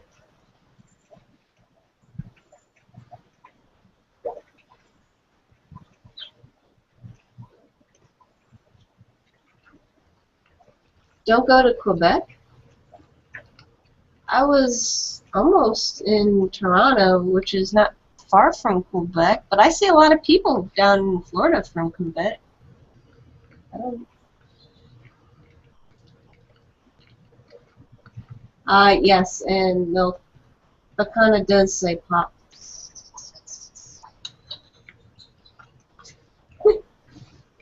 Yeah, me more so say pop. And when I lived in About half Minnesota, and half with soda, though. yeah, when I lived in Minnesota, you had to say pop, or they wouldn't know what you were talking about. So growing up in Philly, I would drink soda, and then I would ask for it in restaurants, and people would look at me weird. So I had to be accustomed to say pop. And then when I moved to Florida, I quickly changed that because I could say soda again, and people understood me. Yeah, people understand it both ways up here. Yeah, same here. We have to understand a lot of different things because of all the tourists. But the one thing that I never could get in Florida, it was my first day working. I worked at Michael's, and I transferred down to cashiering down here. And someone asked me where their buggy was. And I'm like, I'm thinking a buggy's a car. I'm like, I don't know where you parked your car. What are you talking about? They call shopping carts down here buggies. And I Really? had to get used to that.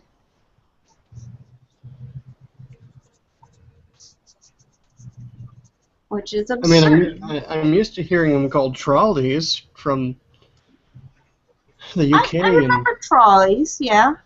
and then you have like specific ones even here that are called trolleys, like if they're the short little ones.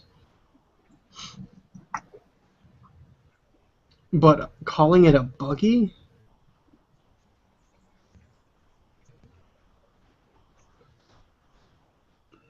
Someone said buggy to me, I would think they were talking about a stroller.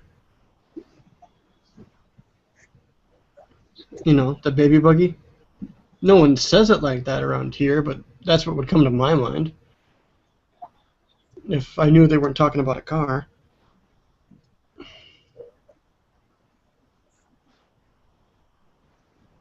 Oh, Milken got here from Vulcan's app. Yeah.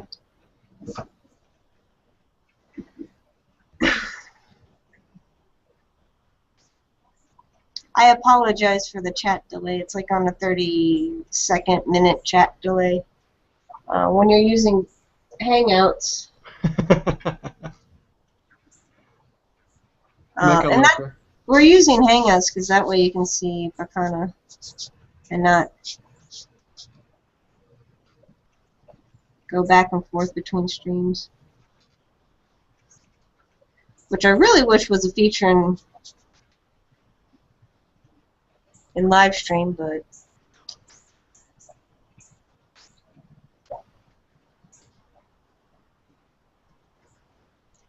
live stream be crazy.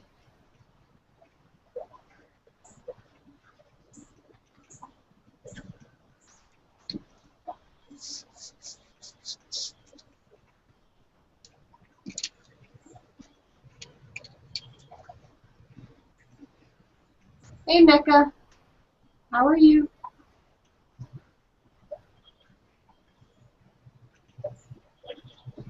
If you ask for soda in Germany, you get sparkling mineral water.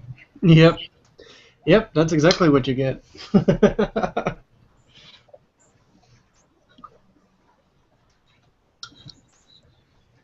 You get a soda tonic is what you get.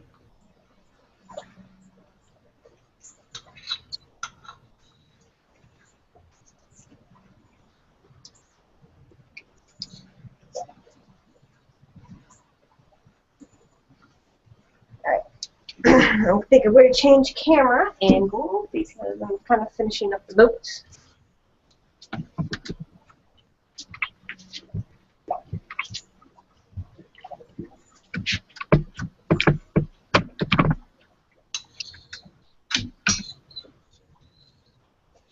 Those boats.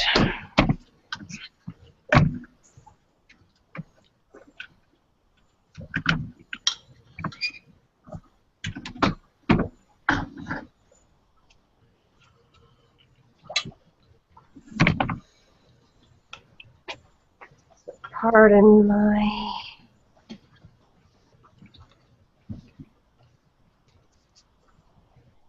And just so you guys can see, this is the image. Oop, there we go. Image reference I'm working on.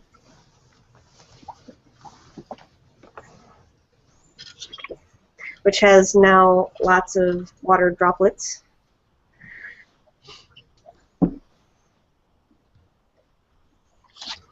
Ooh.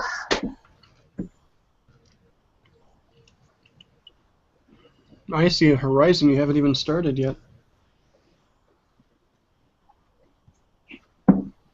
I'll be right back. I'm going to replenish my water and pee real quick because I've been drinking a lot of water and it's been going right through me because it's really hot outside. I don't think we need an explanation of why you need to urinate.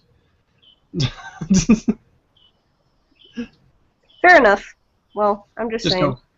All right.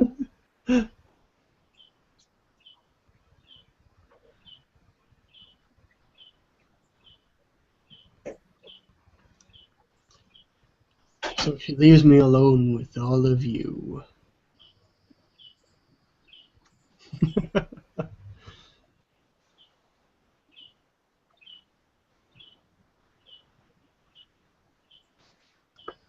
Getting to the wing behind the arm is going to be difficult. Just trying to reach in here.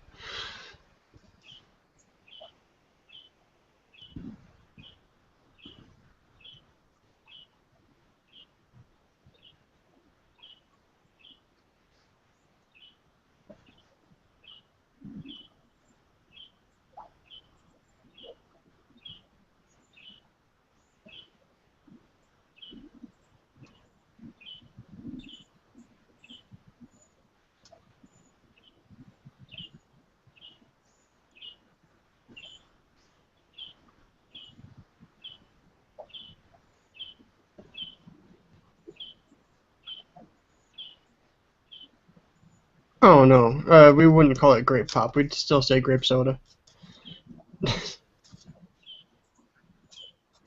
It's just a grape flavored soft drink, Vulcan. Just like we'd probably still say orange soda, just because of Keenan and Kel. Who loves orange soda? Is it true?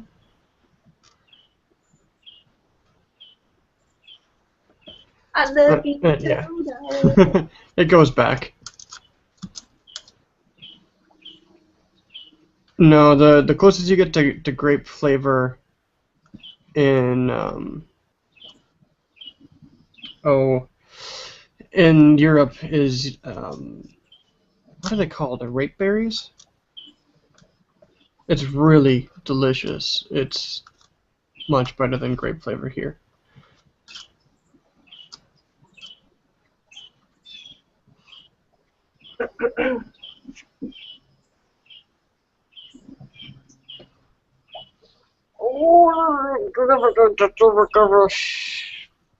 Boy.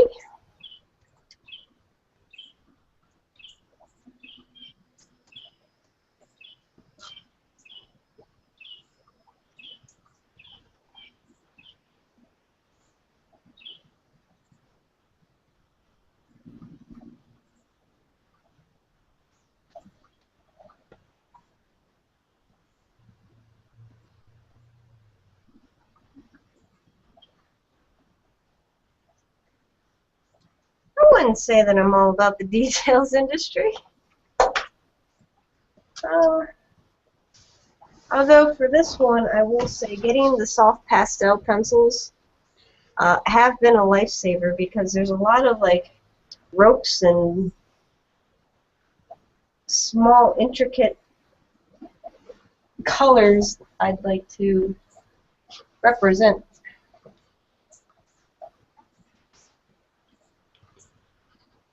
Well, thanks, Vulcan. Yeah, sculpting is... It used to be a really big passion of mine when I was younger, and then I just stopped for some reason.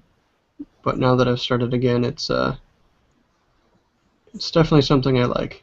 I just need to put more time into practicing it once I get done with this guy here. He's pretty much at the max of my current skill level, but if I can do some small stuff, like small little studies, I think I can improve exponentially.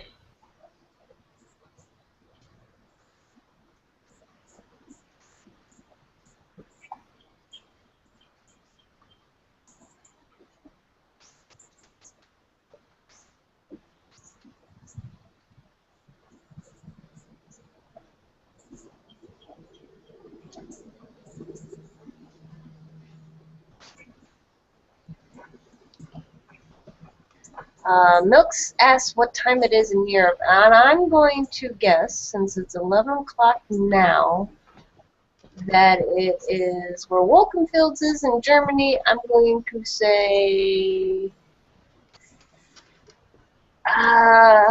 it's like a 5-6 hour lead, so I'm going to say around 4:30. I think Vulcan is one more in, so I think he's actually 5. In the UK, it would be 4 right now, I think.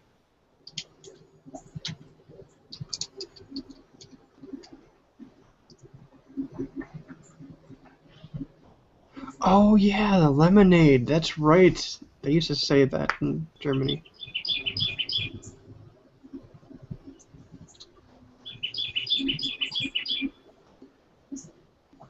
Hey, yeah, I was right, 5. I just saw what Welcome put in the chat as 5, so. Bidoof says the music is really intense for slow painting and sculpturing. I cannot hear it, but I'm glad you like it. I just have it playing in the background on my computer as I stream.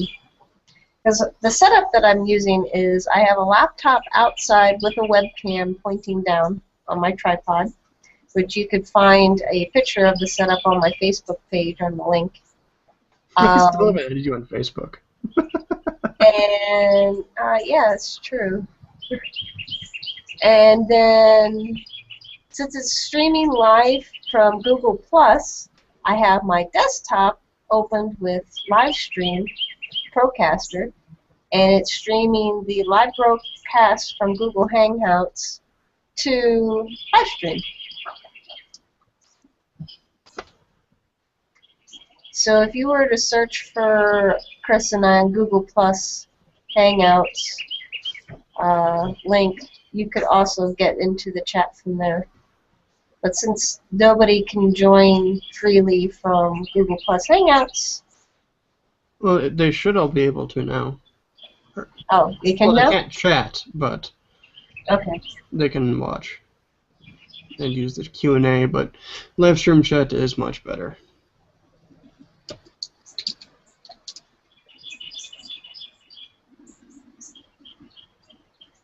I just spilled water on my piece.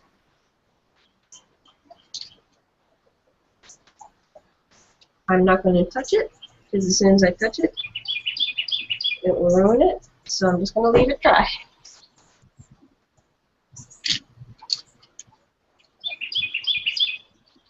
Oh, you should have seen the damage yesterday from the painting. My hands were so multicolored. Oh, yeah? and then I had green on my face, and in my beard somehow. I had green paint in my beard.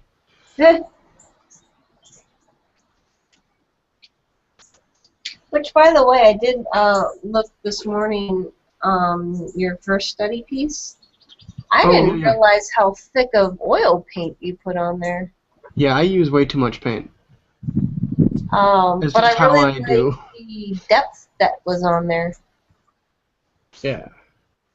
Um, my first experience with oil painting, or with painting in general, was with Van Gogh. And so I always tend to go back to what I remembered from that back in high school. And so it's like if Bob Ross, if Van Gogh was following a Bob Ross and, wasn't actually good, that would probably what it would look like.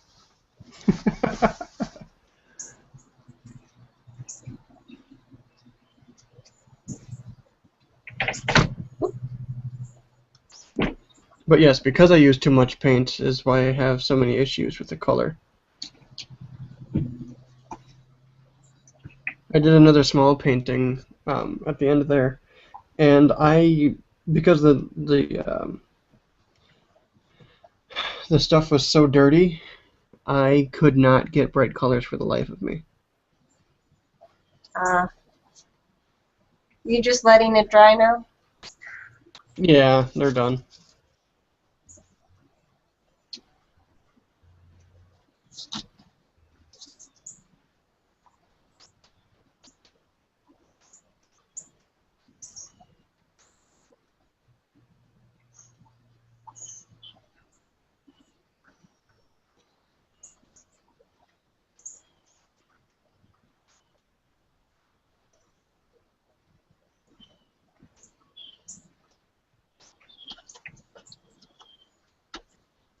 Hey, welcome back, Bidoof. Jay is a huge fan of Bidoof. I didn't know Bidoof was an artist. Yeah. Bidoof is one of the epic artists Oh, cool. from the chat.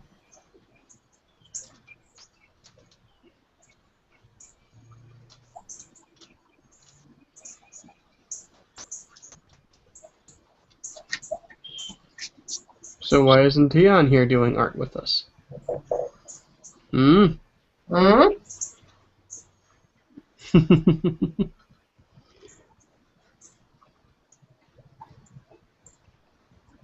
Do all the arts.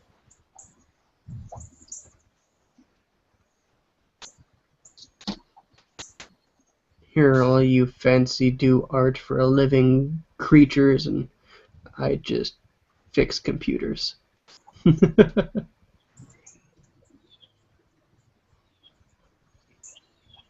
Hey, all the computers, thank you. Probably not. Like, I wanted a break, damn it.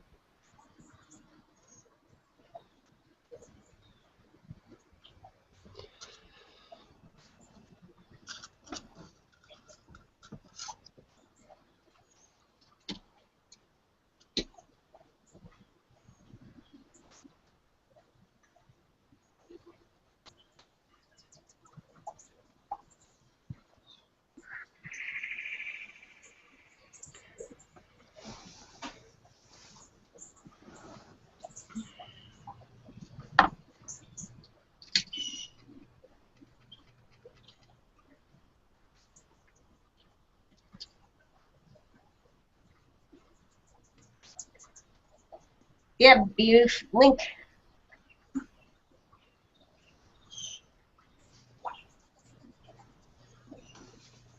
By the way, guys, if you have any questions, I know we have some newish faces. If you have any questions at all, we take questions of all sorts and like leisures.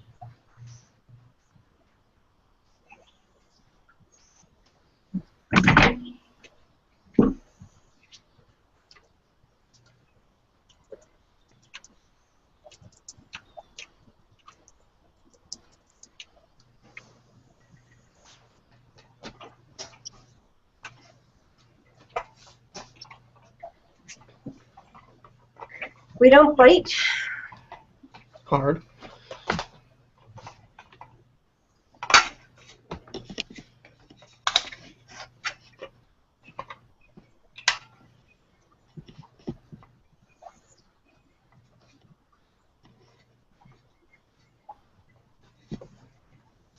There, now I can see. The sun went behind a cloud. Ah. Or my house, one of the two.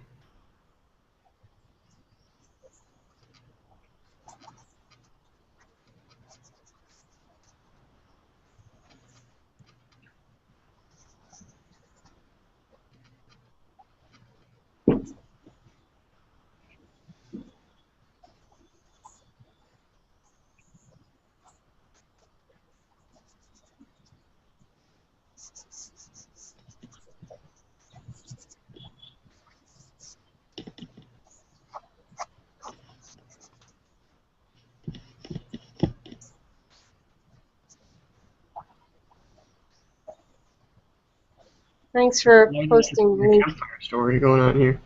Just rah, rah, rah, rah, rah. Anyway.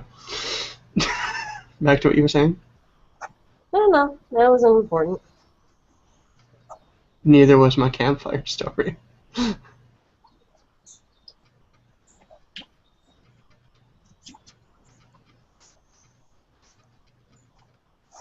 Alright, so now I have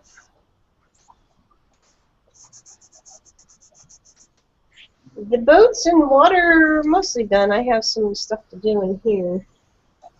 Well, peace, Mecha Mario, or Mecha Lurker, whatever you want to be. Later, Mecca.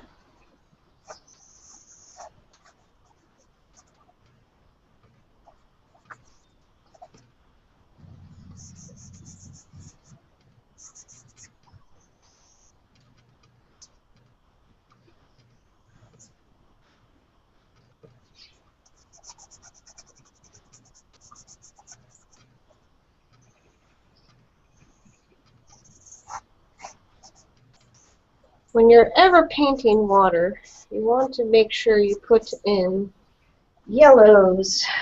Yellows and whites and greens. Well, depending on the quality of the water. Yeah. Well, this is a tropical paradisey. Huh.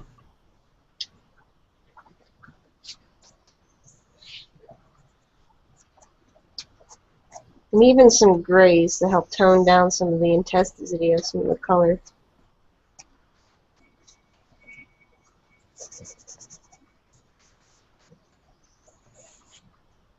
Oh, Milken saw the tomato brush. Oh,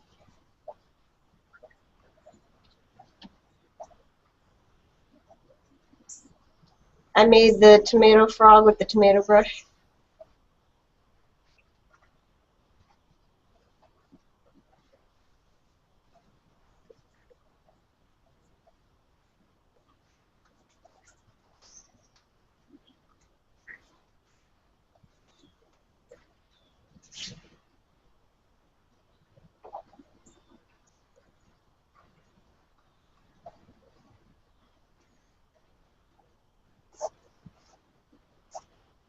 Oh, Bidoof does work for AQ.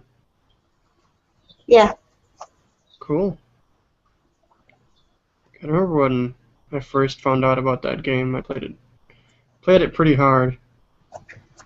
But that was, God, how many years ago now?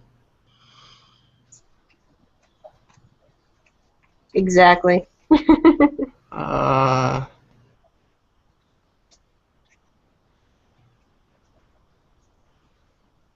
I think I was still a yellow belt at the time, which would mean I was a sophomore. Yeah, it's been quite a few years.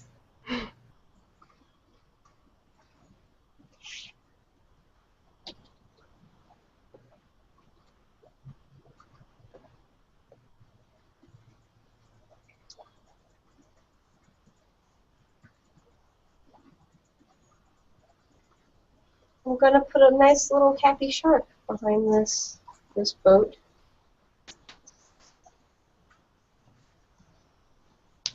It's like a happy tree, but not. Just a happy little shark. Happy little shark.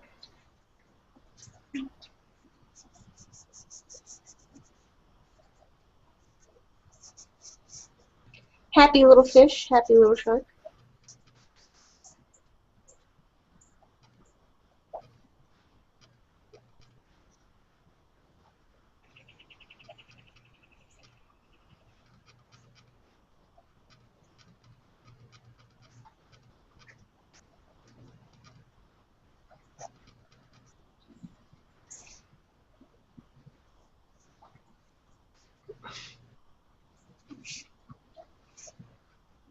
I'm sure it's not just talent. It's probably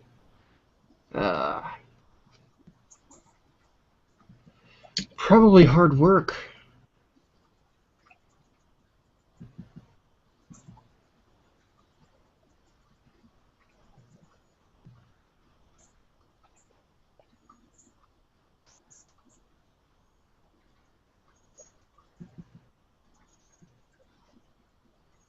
Hard work and lots of studying and hours of working your craft.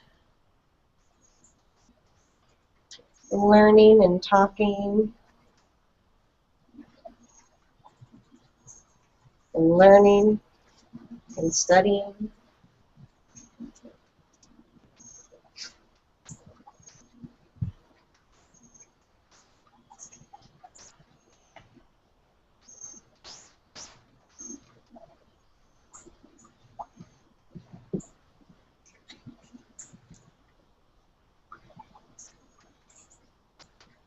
Because like some people think, art just doesn't happen. It does, but To get to that top level, you do need to put in work. yes. And time. Yeah, Lots of you need to time. have talent to pursue it. But Well, I want to argue this. I think that there is no such thing as talent. well, when I say talent, I mean talent and creativity. If you don't have any much at all to begin with, practicing your creativity won't get you up to the level of someone who started out with creativity and then practiced. If you're not a creative mind where you can think up new things, a lot of people just can't Okay, hack I it. can see that. But I think a lot of it also has to do with patience and perseverance. Mm-hmm. I think talent, how people describe talent, incorporates those things. And so talent is actually a word that represents many other words. So talent represents your perseverance, your will to think outside of the box, think more or less unconventionally. To be able to put together and problem solve and think about how things are perceived and how deep you want to go into this. So talent means like all of those words to me.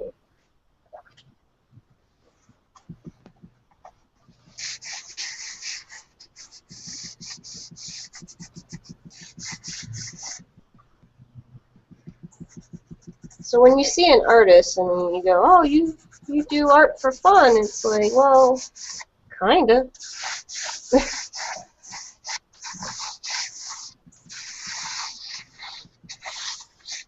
It takes a lot of time to really think, and like it's not always fun.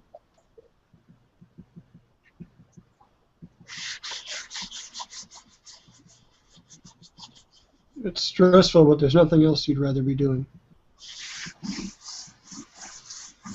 Yes, that's true. When you have a talent and want to create and you're unable to because of a limitation, like you're working.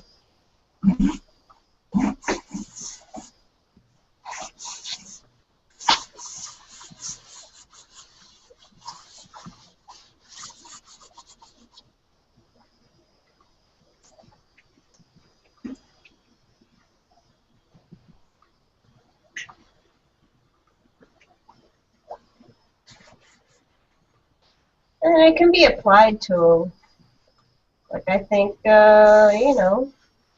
people have talent for IT stuff.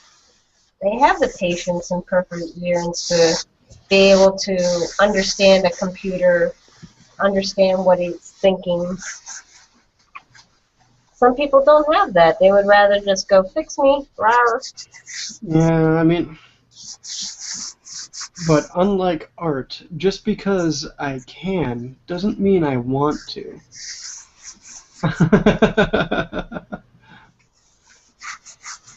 Like, I can work on computers all day, but I'd rather be doing art. You know? Yeah.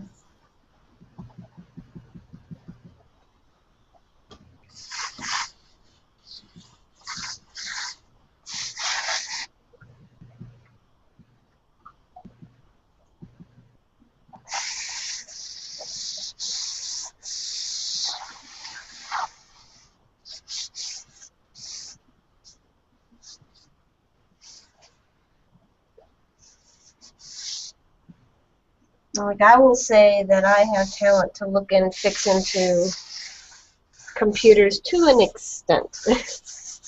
I get extremely frustrated when I have exhausted all of my resources and I have to learn new shit. And that's why I married someone that has awesome IT skills.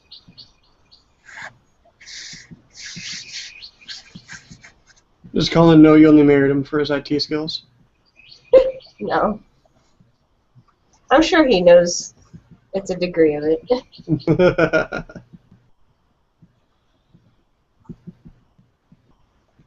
It definitely is a bonus.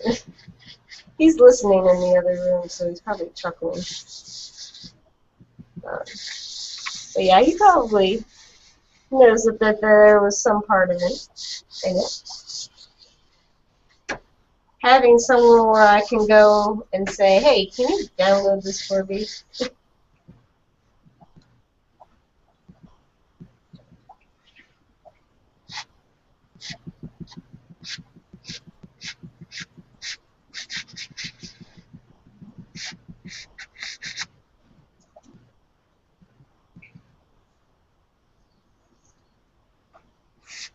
So then the talent also is, tolerance of putting up with your wife.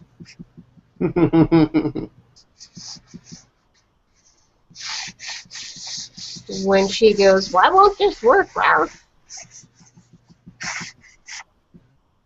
And I did read an article the other day that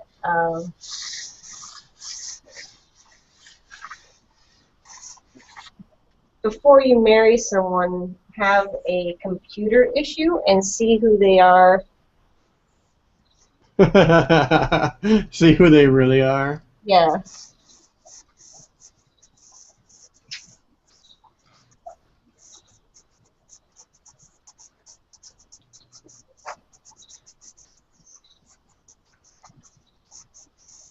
You know, I think some of the reason I like sculpting so much is I can get a little bit of my ambidexterity back. You know, when I was younger, I was ambidextrous, so I could use both hands equally. Yes. I can't do that quite so much with, well, I can't do it at all anymore, but I can do it a little bit more with sculpting than in most other things.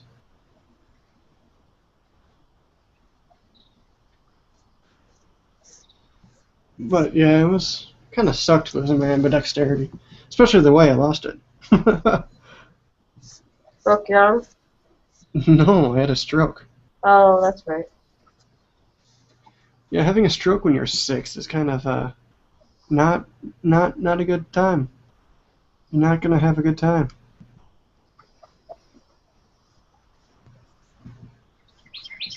I didn't know if it was from that or not. Yeah, I lost my entire right side for a little while, and I had to go through a whole bunch of physical training and stuff like that to be able to do much of anything with my right side. Recovering, I mean, it didn't take a whole long time because I was young, but it took a couple of months to get back to full functionality, except I still couldn't write. But yeah, I used to get a kick out of it. Having us do, our cursive stuff, and every once in a while, just to be a little shit, I would hold a pencil in both hands and fill out the tests using both hands like that. Yeah. And not fail. Yeah.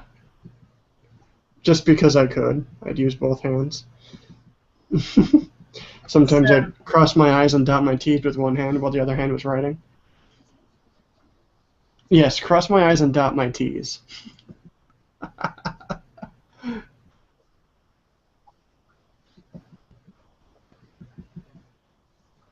Well, at least you did it then and not now. And Yeah. The most traumatic experience from that was one night. Apparently, at that stage of my life, I was already a mover in my sleep. I like to flip over. And doing acrobatics in your bed while you're sleeping, when you have IVs plugged into your arms, isn't a good plan. Yeah. So I rolled over in the night and ripped out both of my IVs. And I didn't wake up immediately from it. I woke up with a pain, but it was also because I was laying in a pool of my own blood. Waking up in a pool of your own blood is not something I recommend anybody to give a try. Do not try this at home. My mom still shudders when I bring it up because she was sleeping in the hospital room when it happened. So she wakes up to see her son lying in a pool of his own blood. That's kind of scarring.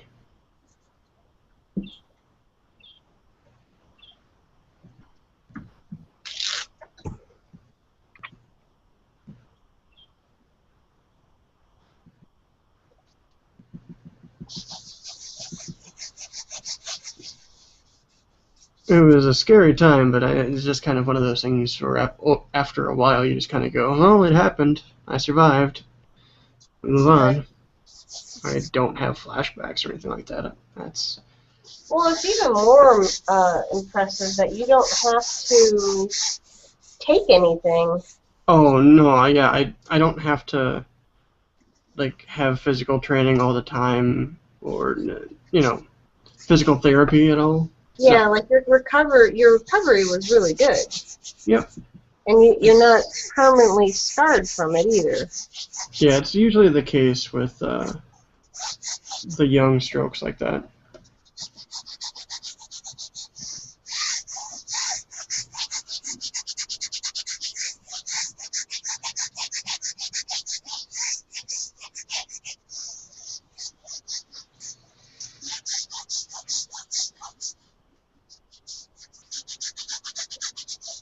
Did they ever say the cause? The what? Did they ever contribute it to any type of cause? Oh, no. Besides just the technical reason, which was just a blood clot in the brain. But what caused it? They have no clue. It's extremely rare for people that young. Yeah. I think there were 6 people in the United States that year that had him that young. You're a statistic. Yep.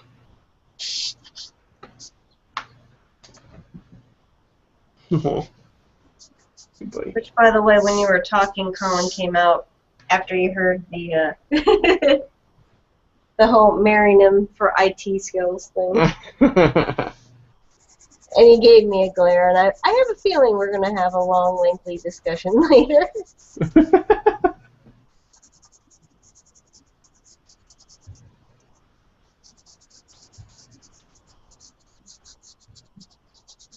I don't think he's mad. I think he's Just being funny. Yeah, being silly. Which is Hopefully. probably the real reason you married him. Yeah. Because he's silly like us. Well, you know, humor helps. If someone doesn't share your sense of humor, it's very hard to get along with them for an extended period of time. Oh, yeah. And then there's the people that, yeah, you can really get along with them, but do you work well with them? Yep. And I'd like to say that I think I work well with Colin.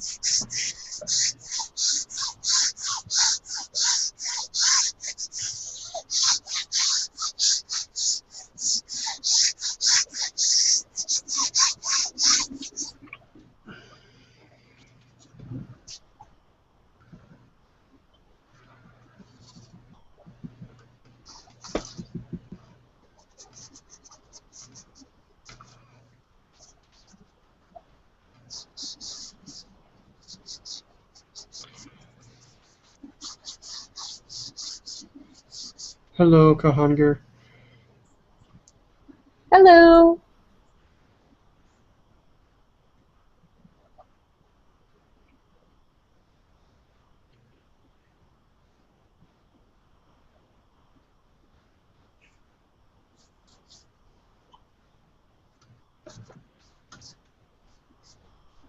That's another word that I have an issue with, is professional. I don't like to be called professional, and yet, yes, I get paid for doing, you know, my trade. Because I don't think that you can really be a professional at something. Like, for me, I'm always going to learn, and... Well, being a professional doesn't mean you are an absolute master that never has to get any better. It just means that you are good enough to make your living doing something. Then let's not use professional, because when people think professional, they think top of their line, best in their industry. I think that word has been understood and perceived differently now than what it really is. Like, professional is just getting paid for what you do. So in that sense, yes. And well, then there's also the personality of professional. So if you are talking like in the IT field, being a professional or being professional about it is, you know, being able to interact with people professionally, as you know, where you're not slighting someone because they don't know what you know. Right. And you just carry yourself with dignity. And that's another thing that professionals come to mean.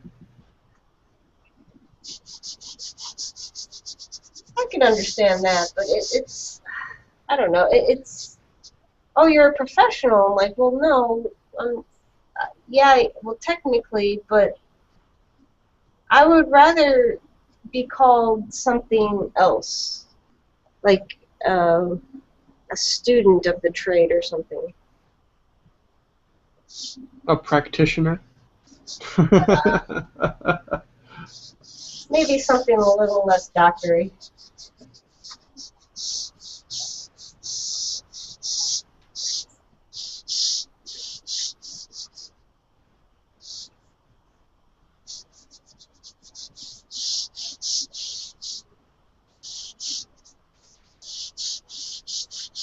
I want to be able to call myself that conveys a student of the trade rather than a practitioner. I need a purple-winkle. Well, you could always just take the title of artesian. You know? But that doesn't really... Are you sure? Well, deviant means... Well, I didn't say anything about deviant. Oh, didn't you? I thought you said... No, I said artesian. Oh, artesian. No, yeah, I wouldn't call you a deviant, because that's it's usually not a good thing. I misheard you. I thought you said... Yeah, no, artesian. What's artesian? An artist? Artist, okay. Someone who creates art. Like a craftsman, but with art.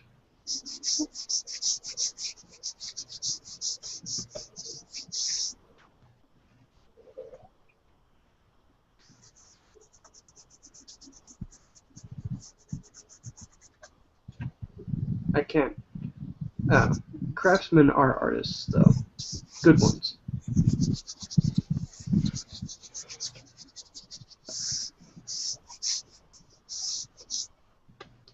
Reaching the inside of this next wing is going to be even more difficult.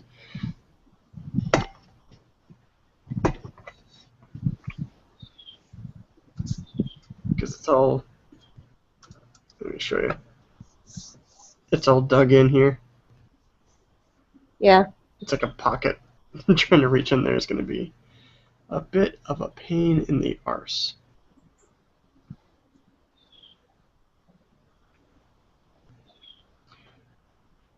But it's pretty much the last thing I have before working on the face and the waves.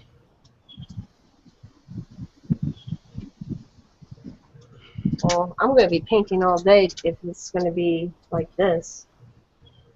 It got really cool, and I think it might rain here in a little bit.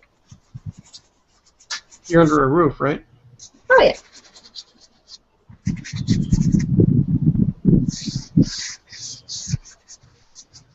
Roof with a good 5 feet from all the sides. I'm in my back porch. No, amateur is too low. Amateur has also been misconstrued nowadays. That's a negative term. Yeah, it's almost a negative term. It's like, oh, you're an amateur. The problem with that I've really run into lately is if you're not a professional at Go, Go is a board game I'm pretty passionate about as well. If you're not a professional, then you're an amateur. That's the only two classes they have. So it just seems really degrading. It sounds really degrading when you have someone who's the champion of an amateur tournament and they're, the amateur champion, where they could actually stand toe-to-toe with a couple of pros, but they didn't pass the pro test when they were young enough, because there's a cutoff on age with the pro test.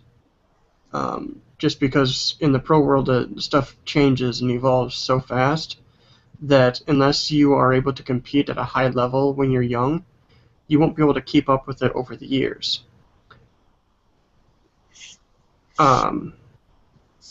That's something some people debate about, but I totally agree with the American or the Japanese? All of them. All of them? Yep. Europe finally got their first pros this year too. They were able to get their own official league and have their own official pros now. They have stepped into the world of Go. It is raining. I don't know if you can see or hear the rain droplets. No, I can't. But if I turned off my music, I probably could.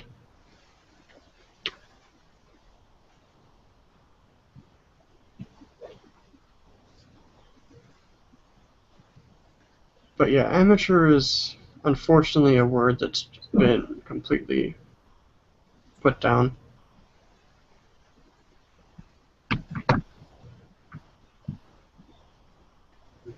I would definitely say I'm an amateur artist because I I would qualify myself as that. But once you start getting paid for it, then there's no reason to still be an amateur. At that point, I'd probably say you become an artisan.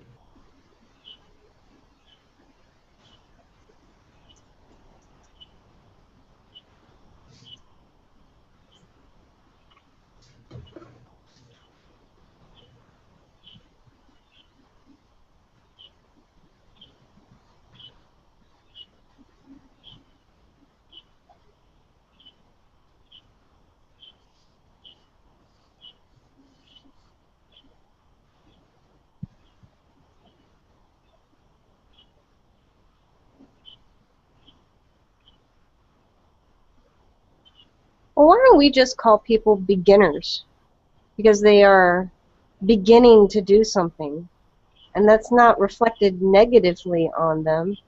Yeah, unless they're still considered a beginner 10 years down the road. That's where the amateur comes in. Was You know there a that. way to rate this for time?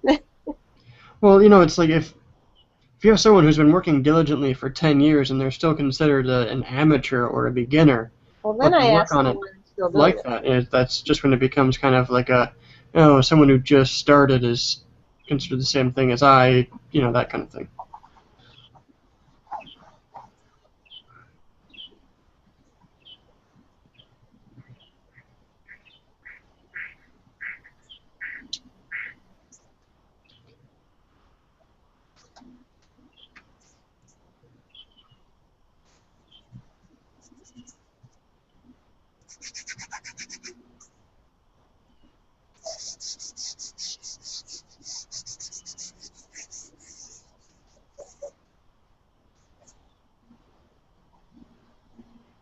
Yeah, you got your rookies.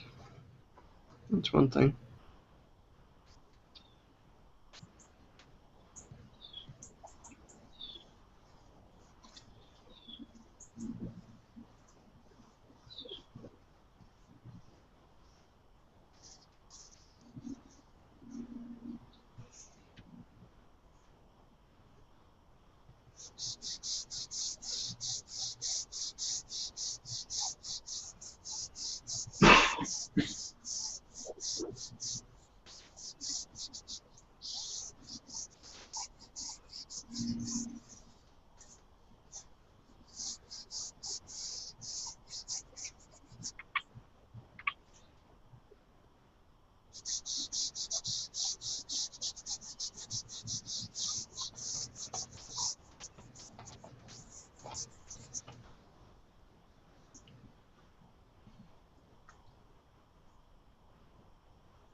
Dynamite view.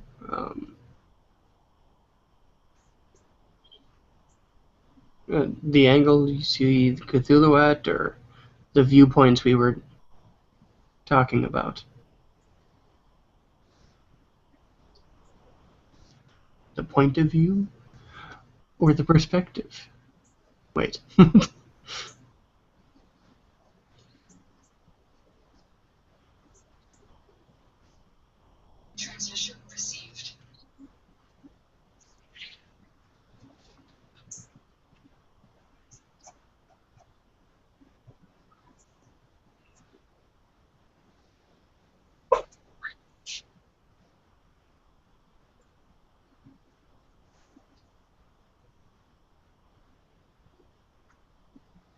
You got quiet.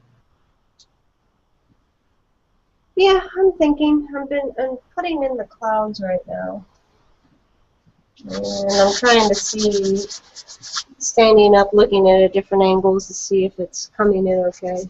I know it's very light on the webcam, Mm-hmm. uh, so you probably can't really see it until I take a photograph of it. Oh, I can see the. I can see them. My only gripe about this composition is that the horizontal line that goes through it is like dead center, almost. Oh, yeah. It's a little bit higher, and I tried to get it to go a little bit higher.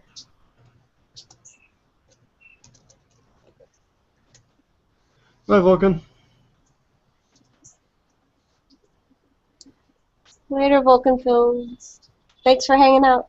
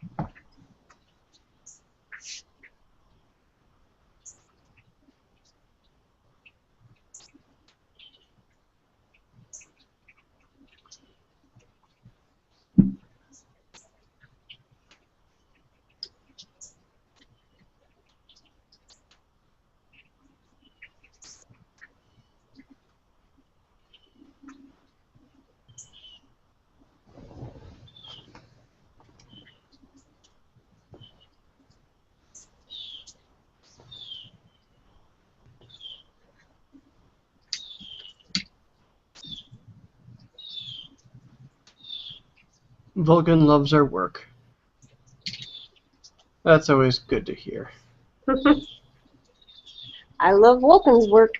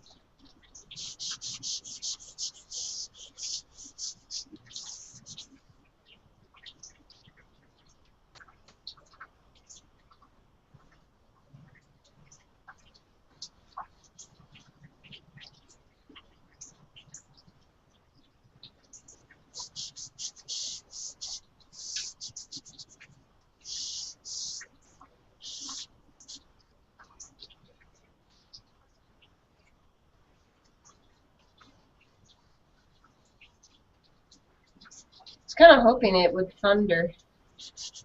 Yeah, that'd be kind of cool. Sounds pretty cool. Oh, Indu likes the system where they can see us both work and interact. And I'm thinking Indu should join us on here sometime. Yes. So that they can interact with us as well. Since industry is always here with us, and that's the reason why I got your email, industry. So I can send you the invites for next week.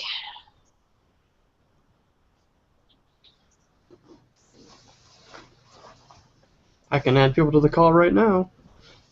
Yeah, if you put it in the chat, your email, industry. Well, no, all I have to do is type in whatever they're on in Google+. Oh, really? Yep. Huh. And I don't even have to have them added. I can just start searching for a person, and if I find them, I can just add them straight through Google+. I thought you had to have email and friend them and get permissions and... Nope, I just have to invite them, and it's up to them to decide whether or not they want to come. Oh.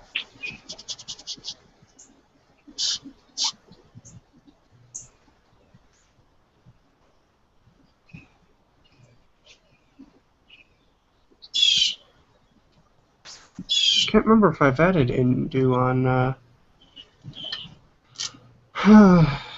on Google.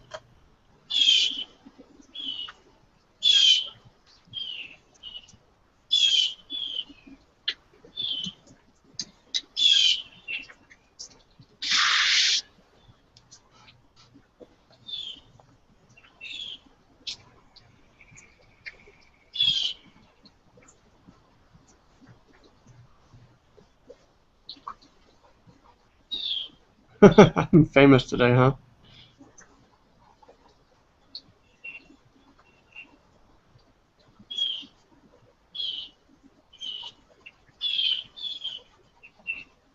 Tomcat says I'm famous today.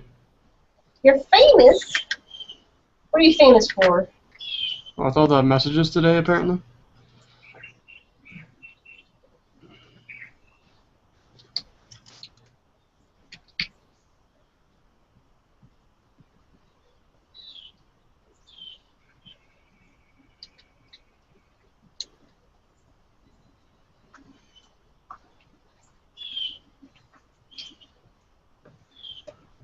Ah, he's playing the Prepare to Die edition. Ah. Colin. Yes. Yes, he is.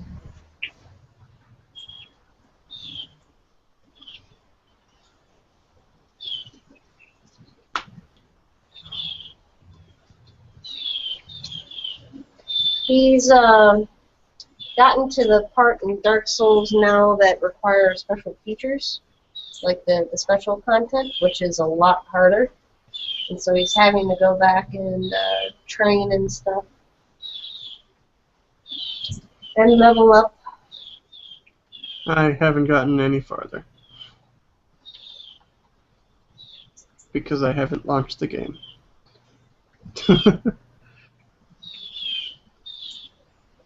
Since last time I told you where it was. Yeah. Which is still very early on.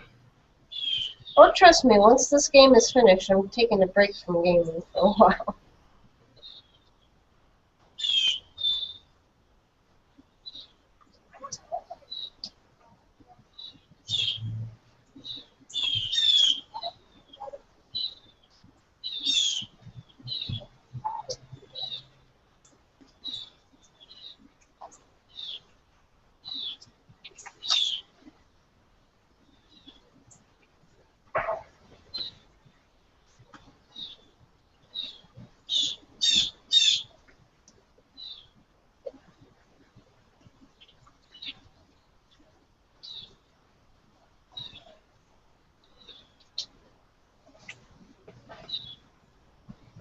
Oh, who is the guy in my profile pic? That is Vigo, the scourge of Carpathia, the sorrow of Moldavia. There's one other thing, but I cannot remember it. But it's Vigo from the second Ghostbusters movie. I have a painting I did of him, but he's in the other room, and I don't want to get up. Sorry.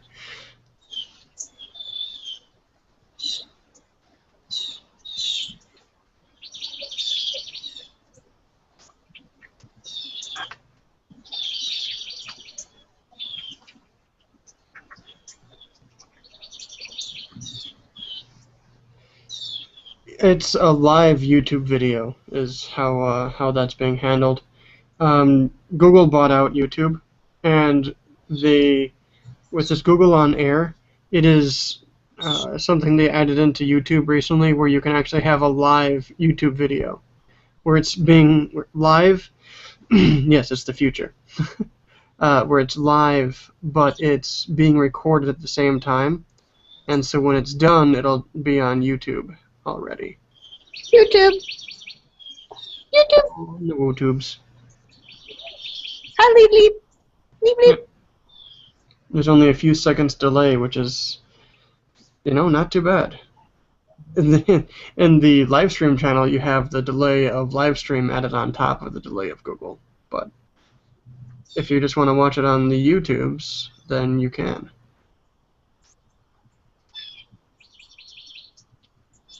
But the chat at live stream is much faster.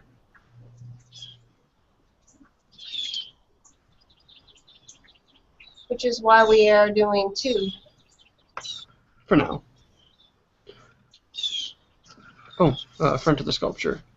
Here you are. This is Mr. Cthulhu. He is rising from his sea captivity. reaching out for everyone. So yeah, this is what he looks like.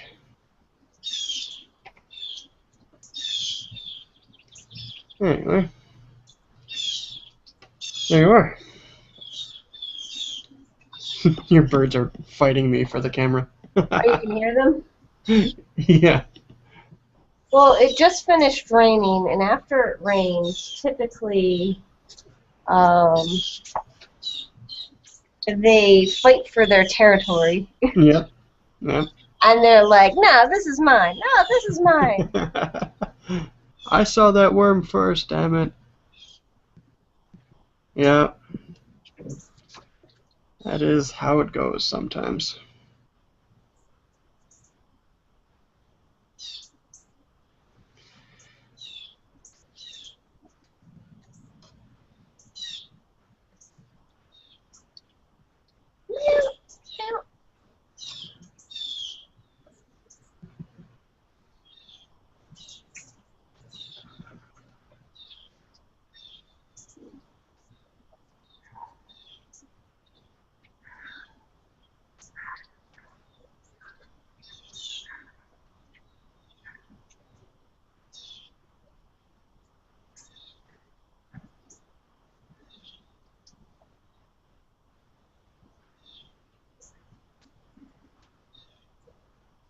He has such a thin chest, or waist.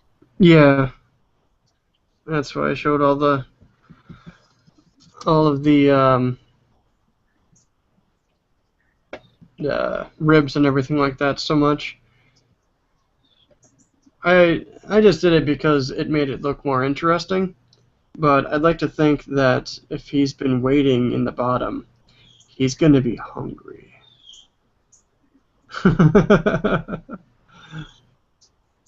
You know? He's been waiting down in the depths of the ocean for... So why is he coming out of the ocean? Well, his city was sent down, kind of like Atlantis. And so he's waiting for the stars to align to allow him to return to the surface and resume his reign. Well, why can't he just come up to the surface and have a cup of tea and chill out with us? Well, Why does he have to, like... in some of the stories, in certain times of the year, he can come up for a little bit, and it's in a specific area, and it's only a short amount of time. But the stories are really awesome because what he is he's actually supposed to be so terrifying that it drives sailors mad just at the sight of him.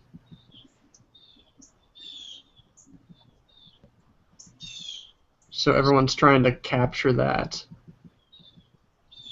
And seeing everyone try to capture that is pretty cool.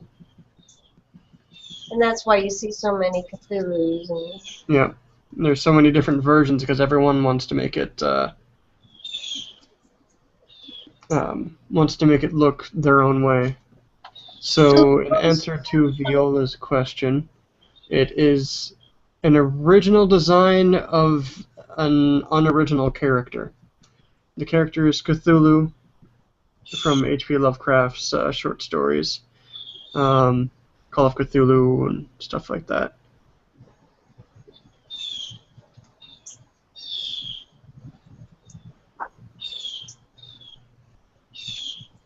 Oh, Nub was asking about why does it switch screens. That's a feature of Google Plus, and it does it on its own. So whenever I'm talking, or I've been talking for a while, it will switch to my screen. And then when Chris starts talking, it switches to him. And we have this little feature that comes up with like our names and stuff, and you can customize that feature how you want it, with a tagline and a title. Yep.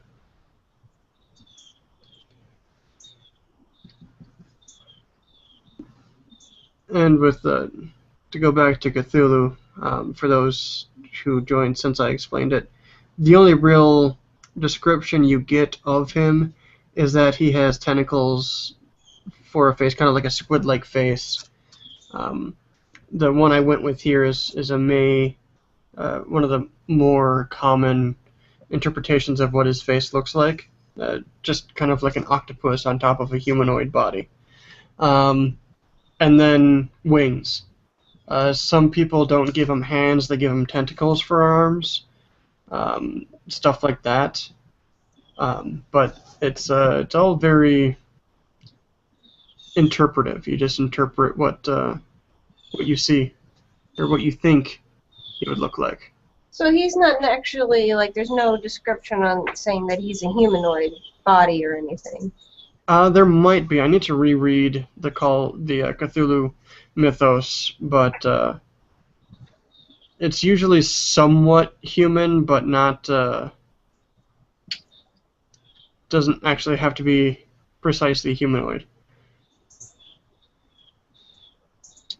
Okay, Viola says, you guys seem really creative.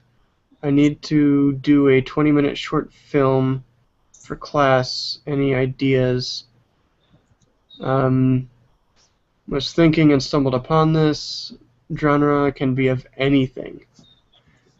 20-minute short film on anything. Well, how long is a short film? Like 3 minutes? 10 minutes? A 20-minute film. Okay. Is what they need. Well, I would recommend picking a topic. I would go through your resources first and see if you, start looking around your locations or where you would film and how you would film. What's the lighting like? So, if you live near Detroit, and I say this very lovingly because my dad is from Detroit, so if you're from Detroit, I would probably do a post-apocalyptic film because there's a lot of scenes that have been not touched in the last 5 years, 10 years in some. So you could probably work a story around that idea. When you're thinking about filming, you also have to know areas where you can film. You don't want to film an area, because since 9/11, if you're in the States, you'll want to make sure you comply with cities. So you can't just go down into, let's say, middle of the city and start filming, because it would raise questions. So you have to get approval of your areas that you're going to film. If it's going to be a backyard, think about, let your neighbors know, don't cut grass on this day, we're doing a short film, or down the street, or So think about first what your options are, because you don't want to film a science fiction spaceship without having, the backdrop of a spaceship to film in. So that being said, do some recon, some research in your area first, locations of filming, your actors, and think about your interests too. What drives you? What kind of films do you watch? What kind of things that you like to see and hear when you watch films? Are you into comedy? Do you want to do a short comedy sketch? Do you want to do drama? I will say comedy if you have access to a great sense of humor, which I'm not that great at comedy. I'm not that funny at all. But my husband is very funny, so we work off of that dynamic and play with stuff. But if you're good with more serious, and really it comes down to what kind of story do you want to tell. Some people get very personal and do a story that happened to them or inspired them to do something. What do you want your honest audiences to hear, is what it comes down to. So I would say start with that and put together your list, drive around your city, your location, Um, ask around who's going to be in the film, what do you think about this, really bounce ideas off of them, and that's where I would start. And eventually, if you put the work and effort into it and the pre-post work, your final result, chances are it would be very hard for it not to fail, I should say. It may not be glorious good and become, the Sundance Festival Film of the Year, but at least it would make passing grade. Yeah. While you were saying that, I was thinking about some of the short films I used to see when when the internet was still young. Um, there was one, you may remember it. I can't remember which region it was from, but it started off where you would just see this guy. He was frantic. He was all dressed up in a nice suit, and he was packing everything into his briefcase, just stuffing everything in there. And he then stuffs a gun in his pocket, and he runs out of this building that looks abandoned. And he keeps looking over his shoulder. He's just frantically looking around, trying to find stuff, and just seeing if anything's following him because he knows something's back there. And and then he runs into the forest just outside of it looked like an abandoned building kind of thing. And he ducks behind a tree, and he's breathing heavy. He's like, he's thinking he may have gotten away. And then out of nowhere, you see a big red clown shoe, and a murderous-looking Ronald McDonald with a bloody face comes into frame and eats his face off. God. That was so awesome. I would say this, if I were to do a short story or a short film, it would definitely be a documentary. And I would document the life of a chalk artist, like getting ready, because I think there's a lot to be said, or that could be said, about knowing what it takes to prepare right before an event, and just being able to share that with other people. So if you're not good at drama, if you're not good at action or adventure, telling the documentary is a good safe bet to go back on. And you can probably, think of like Jeff Corwin that does the documentaries or Crocodile Hunter or anything that's on Discovery, where they're sharing with them, the audience, the different species and animals that are around their area. So if you don't want to tell a story, or you don't have that access to that many actors, you could pretty much get away with a good documentary type film. If it's really truly, open to, any interests, any topics. Was that a question from Google? Yeah. Google? Yeah. Hopefully they hung around long enough for us to answer it. Yep, looks like it. Vita says I should do a book. Well, what kind of book should I do? I don't think I'm ready to do a book. You could illustrate one of my books. I actually started another children's book. I've been playing around with the ideas. I don't know if it's I forgot about those. going to take off or not. I did such a shoddy job with that first one. I like the direction it was going. I got to sit down and really write, because once I get the story, I can start illustrating it, and that won't take long. Mm-hmm. Like I said, horrible writer here.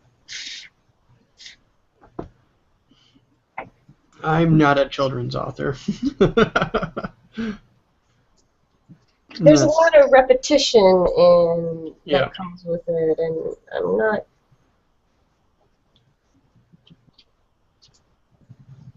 Yeah, that's not my strong suit.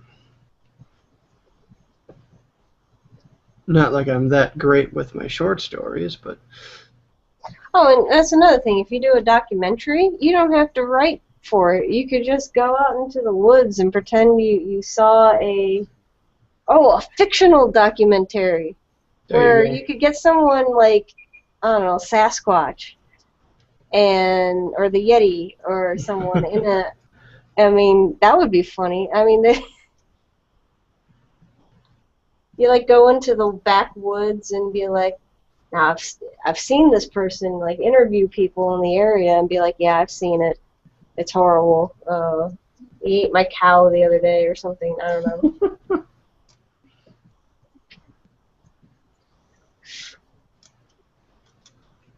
Pretend you're Jesus. That's also fun. People love those comedy satire.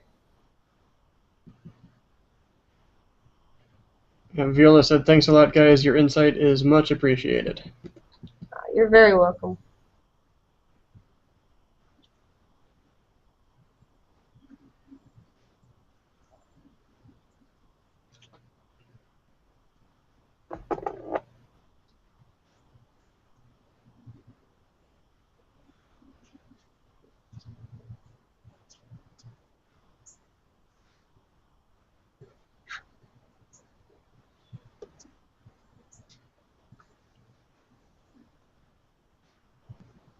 Also, if I do a book, nobody would buy the book. So I don't know if that would be. I don't know. You might get some people buying it. I would get maybe 3. And those are the 3 that are in this chat. Bidoof. Oh, no, I'd get 4. I'd get Bidoof, I'd get you. I'd probably get Industry, maybe. I don't think Lead would buy it. I don't think Lead's the type. Although I could be wrong. Uh,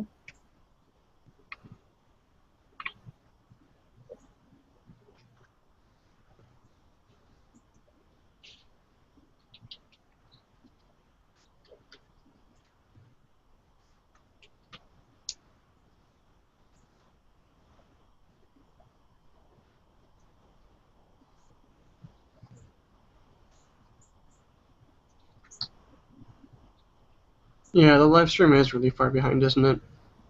yeah. I guess I could try to see if I can bring it up. This, I don't know what that would do, how that would affect it.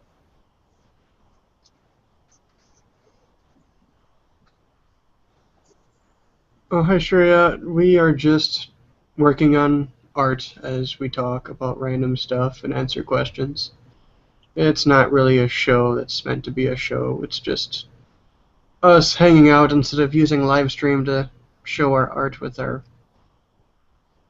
buddies. We just have been using this instead so that we can show both people or anyone else who wants to join up.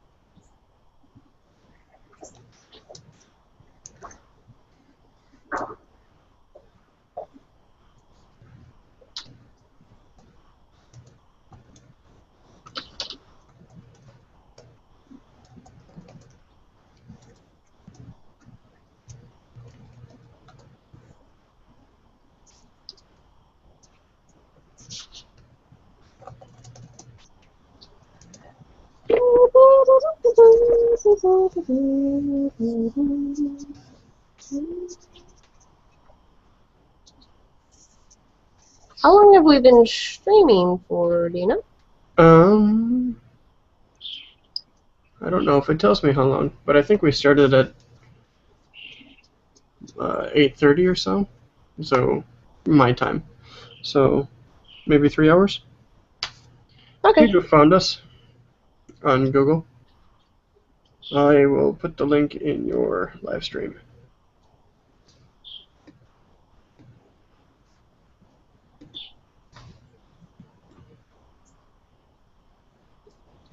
I think once I get some of these back things filled in from the boats, I'm going to take a break. Okay. Really, the only other things I have are the back paddles of the boats, the leafy stuff foliage that comes down, which either I'll do later today or tomorrow.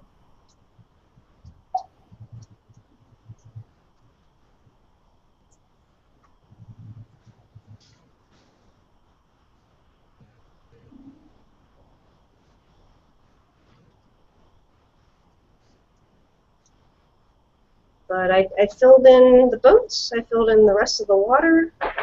I managed to get the sky in today. I'm going to go out to the store later today and get the actual finisher because I'd like to bring it in on Monday. The less time I have it at my house where the cats can get to it, the better. Yep.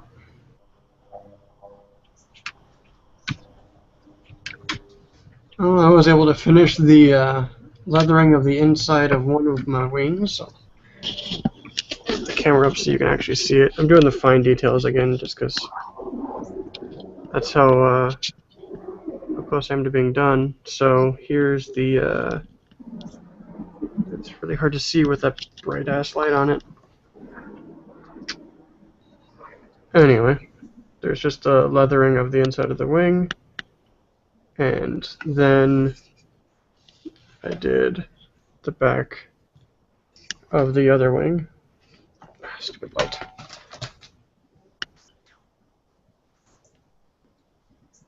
So there's a leathering there now. The rest of the other back wing is all done. And now it's just the insides of the wings here.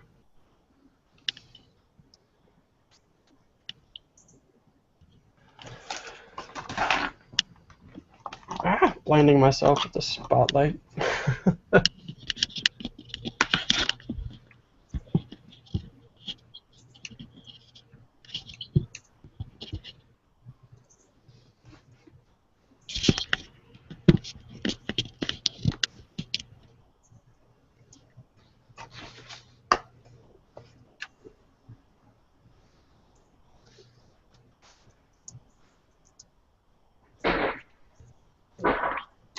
How much longer on detail do you have left? Well, after I finish the leathering of the inside of the wing, I can actually start working on the face. I don't know how long the face is going to last. I'm going to give him the texture I showed you on that one octopus, where it was all bumpy and gross. I really want to do that. So I have no idea how long that's going to take until I start doing it. But after I finish the face and the tentacles, all that's left is just the base with the water. Getting the waves set up and stuff like that. Which those will maybe take 2 hours to finish, I think. The face, I don't know.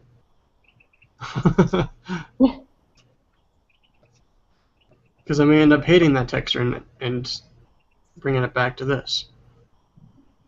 But I need to try it anyway. So. Yeah, I'm really loving the texture that you have. Now, for me, if I were doing the sculpture, I would just save that for the painting. Yeah, I don't want to rely on painting for texture because if you're working in 3D, your texture that's what you can do. You don't have to rely on making it look like it's popping out. You can make it pop out. You know? Mm-hmm.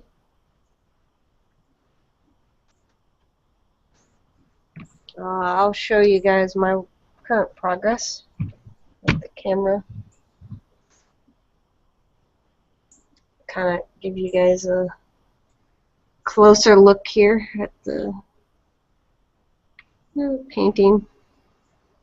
Put in the mountains today, in the sky, and the boats. What?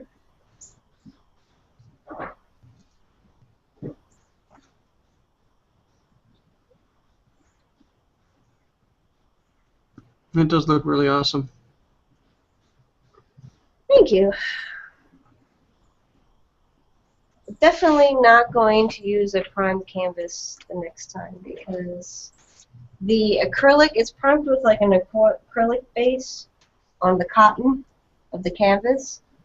So the pastels, at first they adhere, but then after I've been working with it for so long, it kind of starts getting muted, gray. Oh, yeah. So I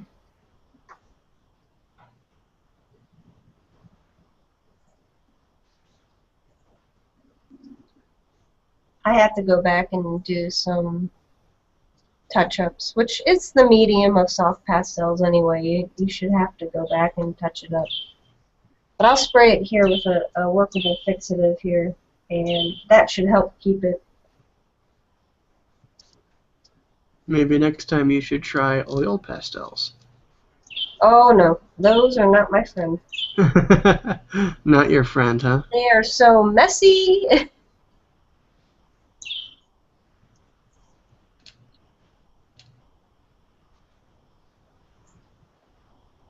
Transmission received.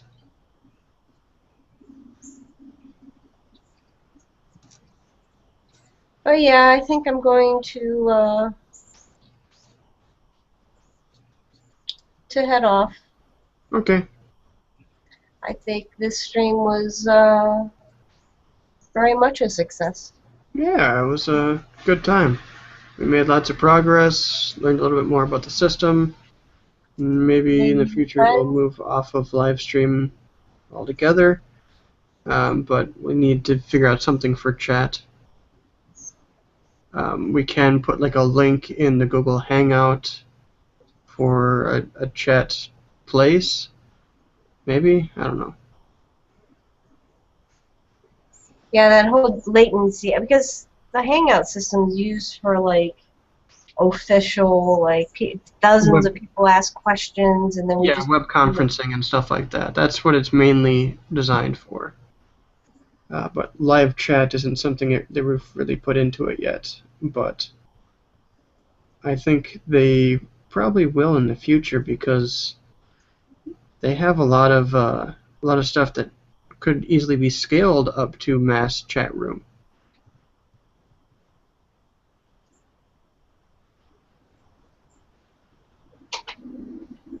But yeah, Kathy, you should take our invite. Maybe you could paint with us next weekend. Maybe, hopefully. Because I know you're always here.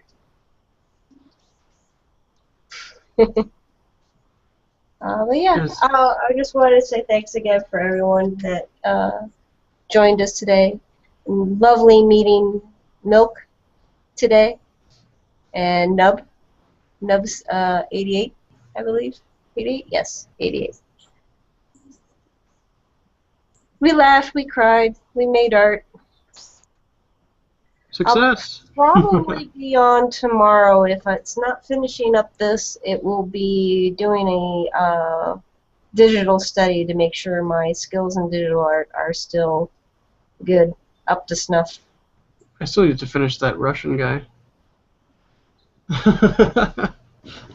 That's right. I never finished that one. You know, I was looking at your portraits, Bacana, and I'm really liking your portrait series. I read a little bit more on it. Well, cool. I should really get back to that, but Cthulhu was demanding to be finished. You need to finish. Yeah, once I get Cthulhu finished, I'll start doing my digital art again, alongside doing less ambitious sculptures to work on my sculpting skills.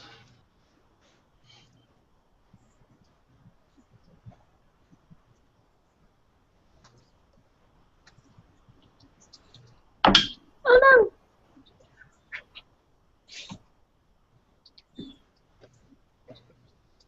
Which, if you ever have soft pastels and have water drip on it, just don't touch it. It dried and you can't even tell. But if you would have touched it, It would have.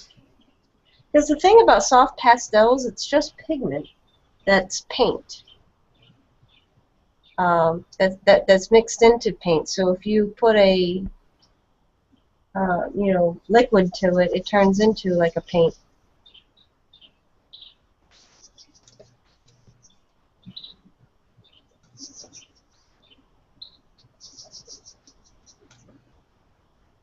All right. You have a lovely evening, Chris. well, thanks, you as well. And to everyone in chat, I will be signing off. I'll probably end the broadcast here then. Alrighty. Have a good one. Yep, have a good one. Bye. Bye.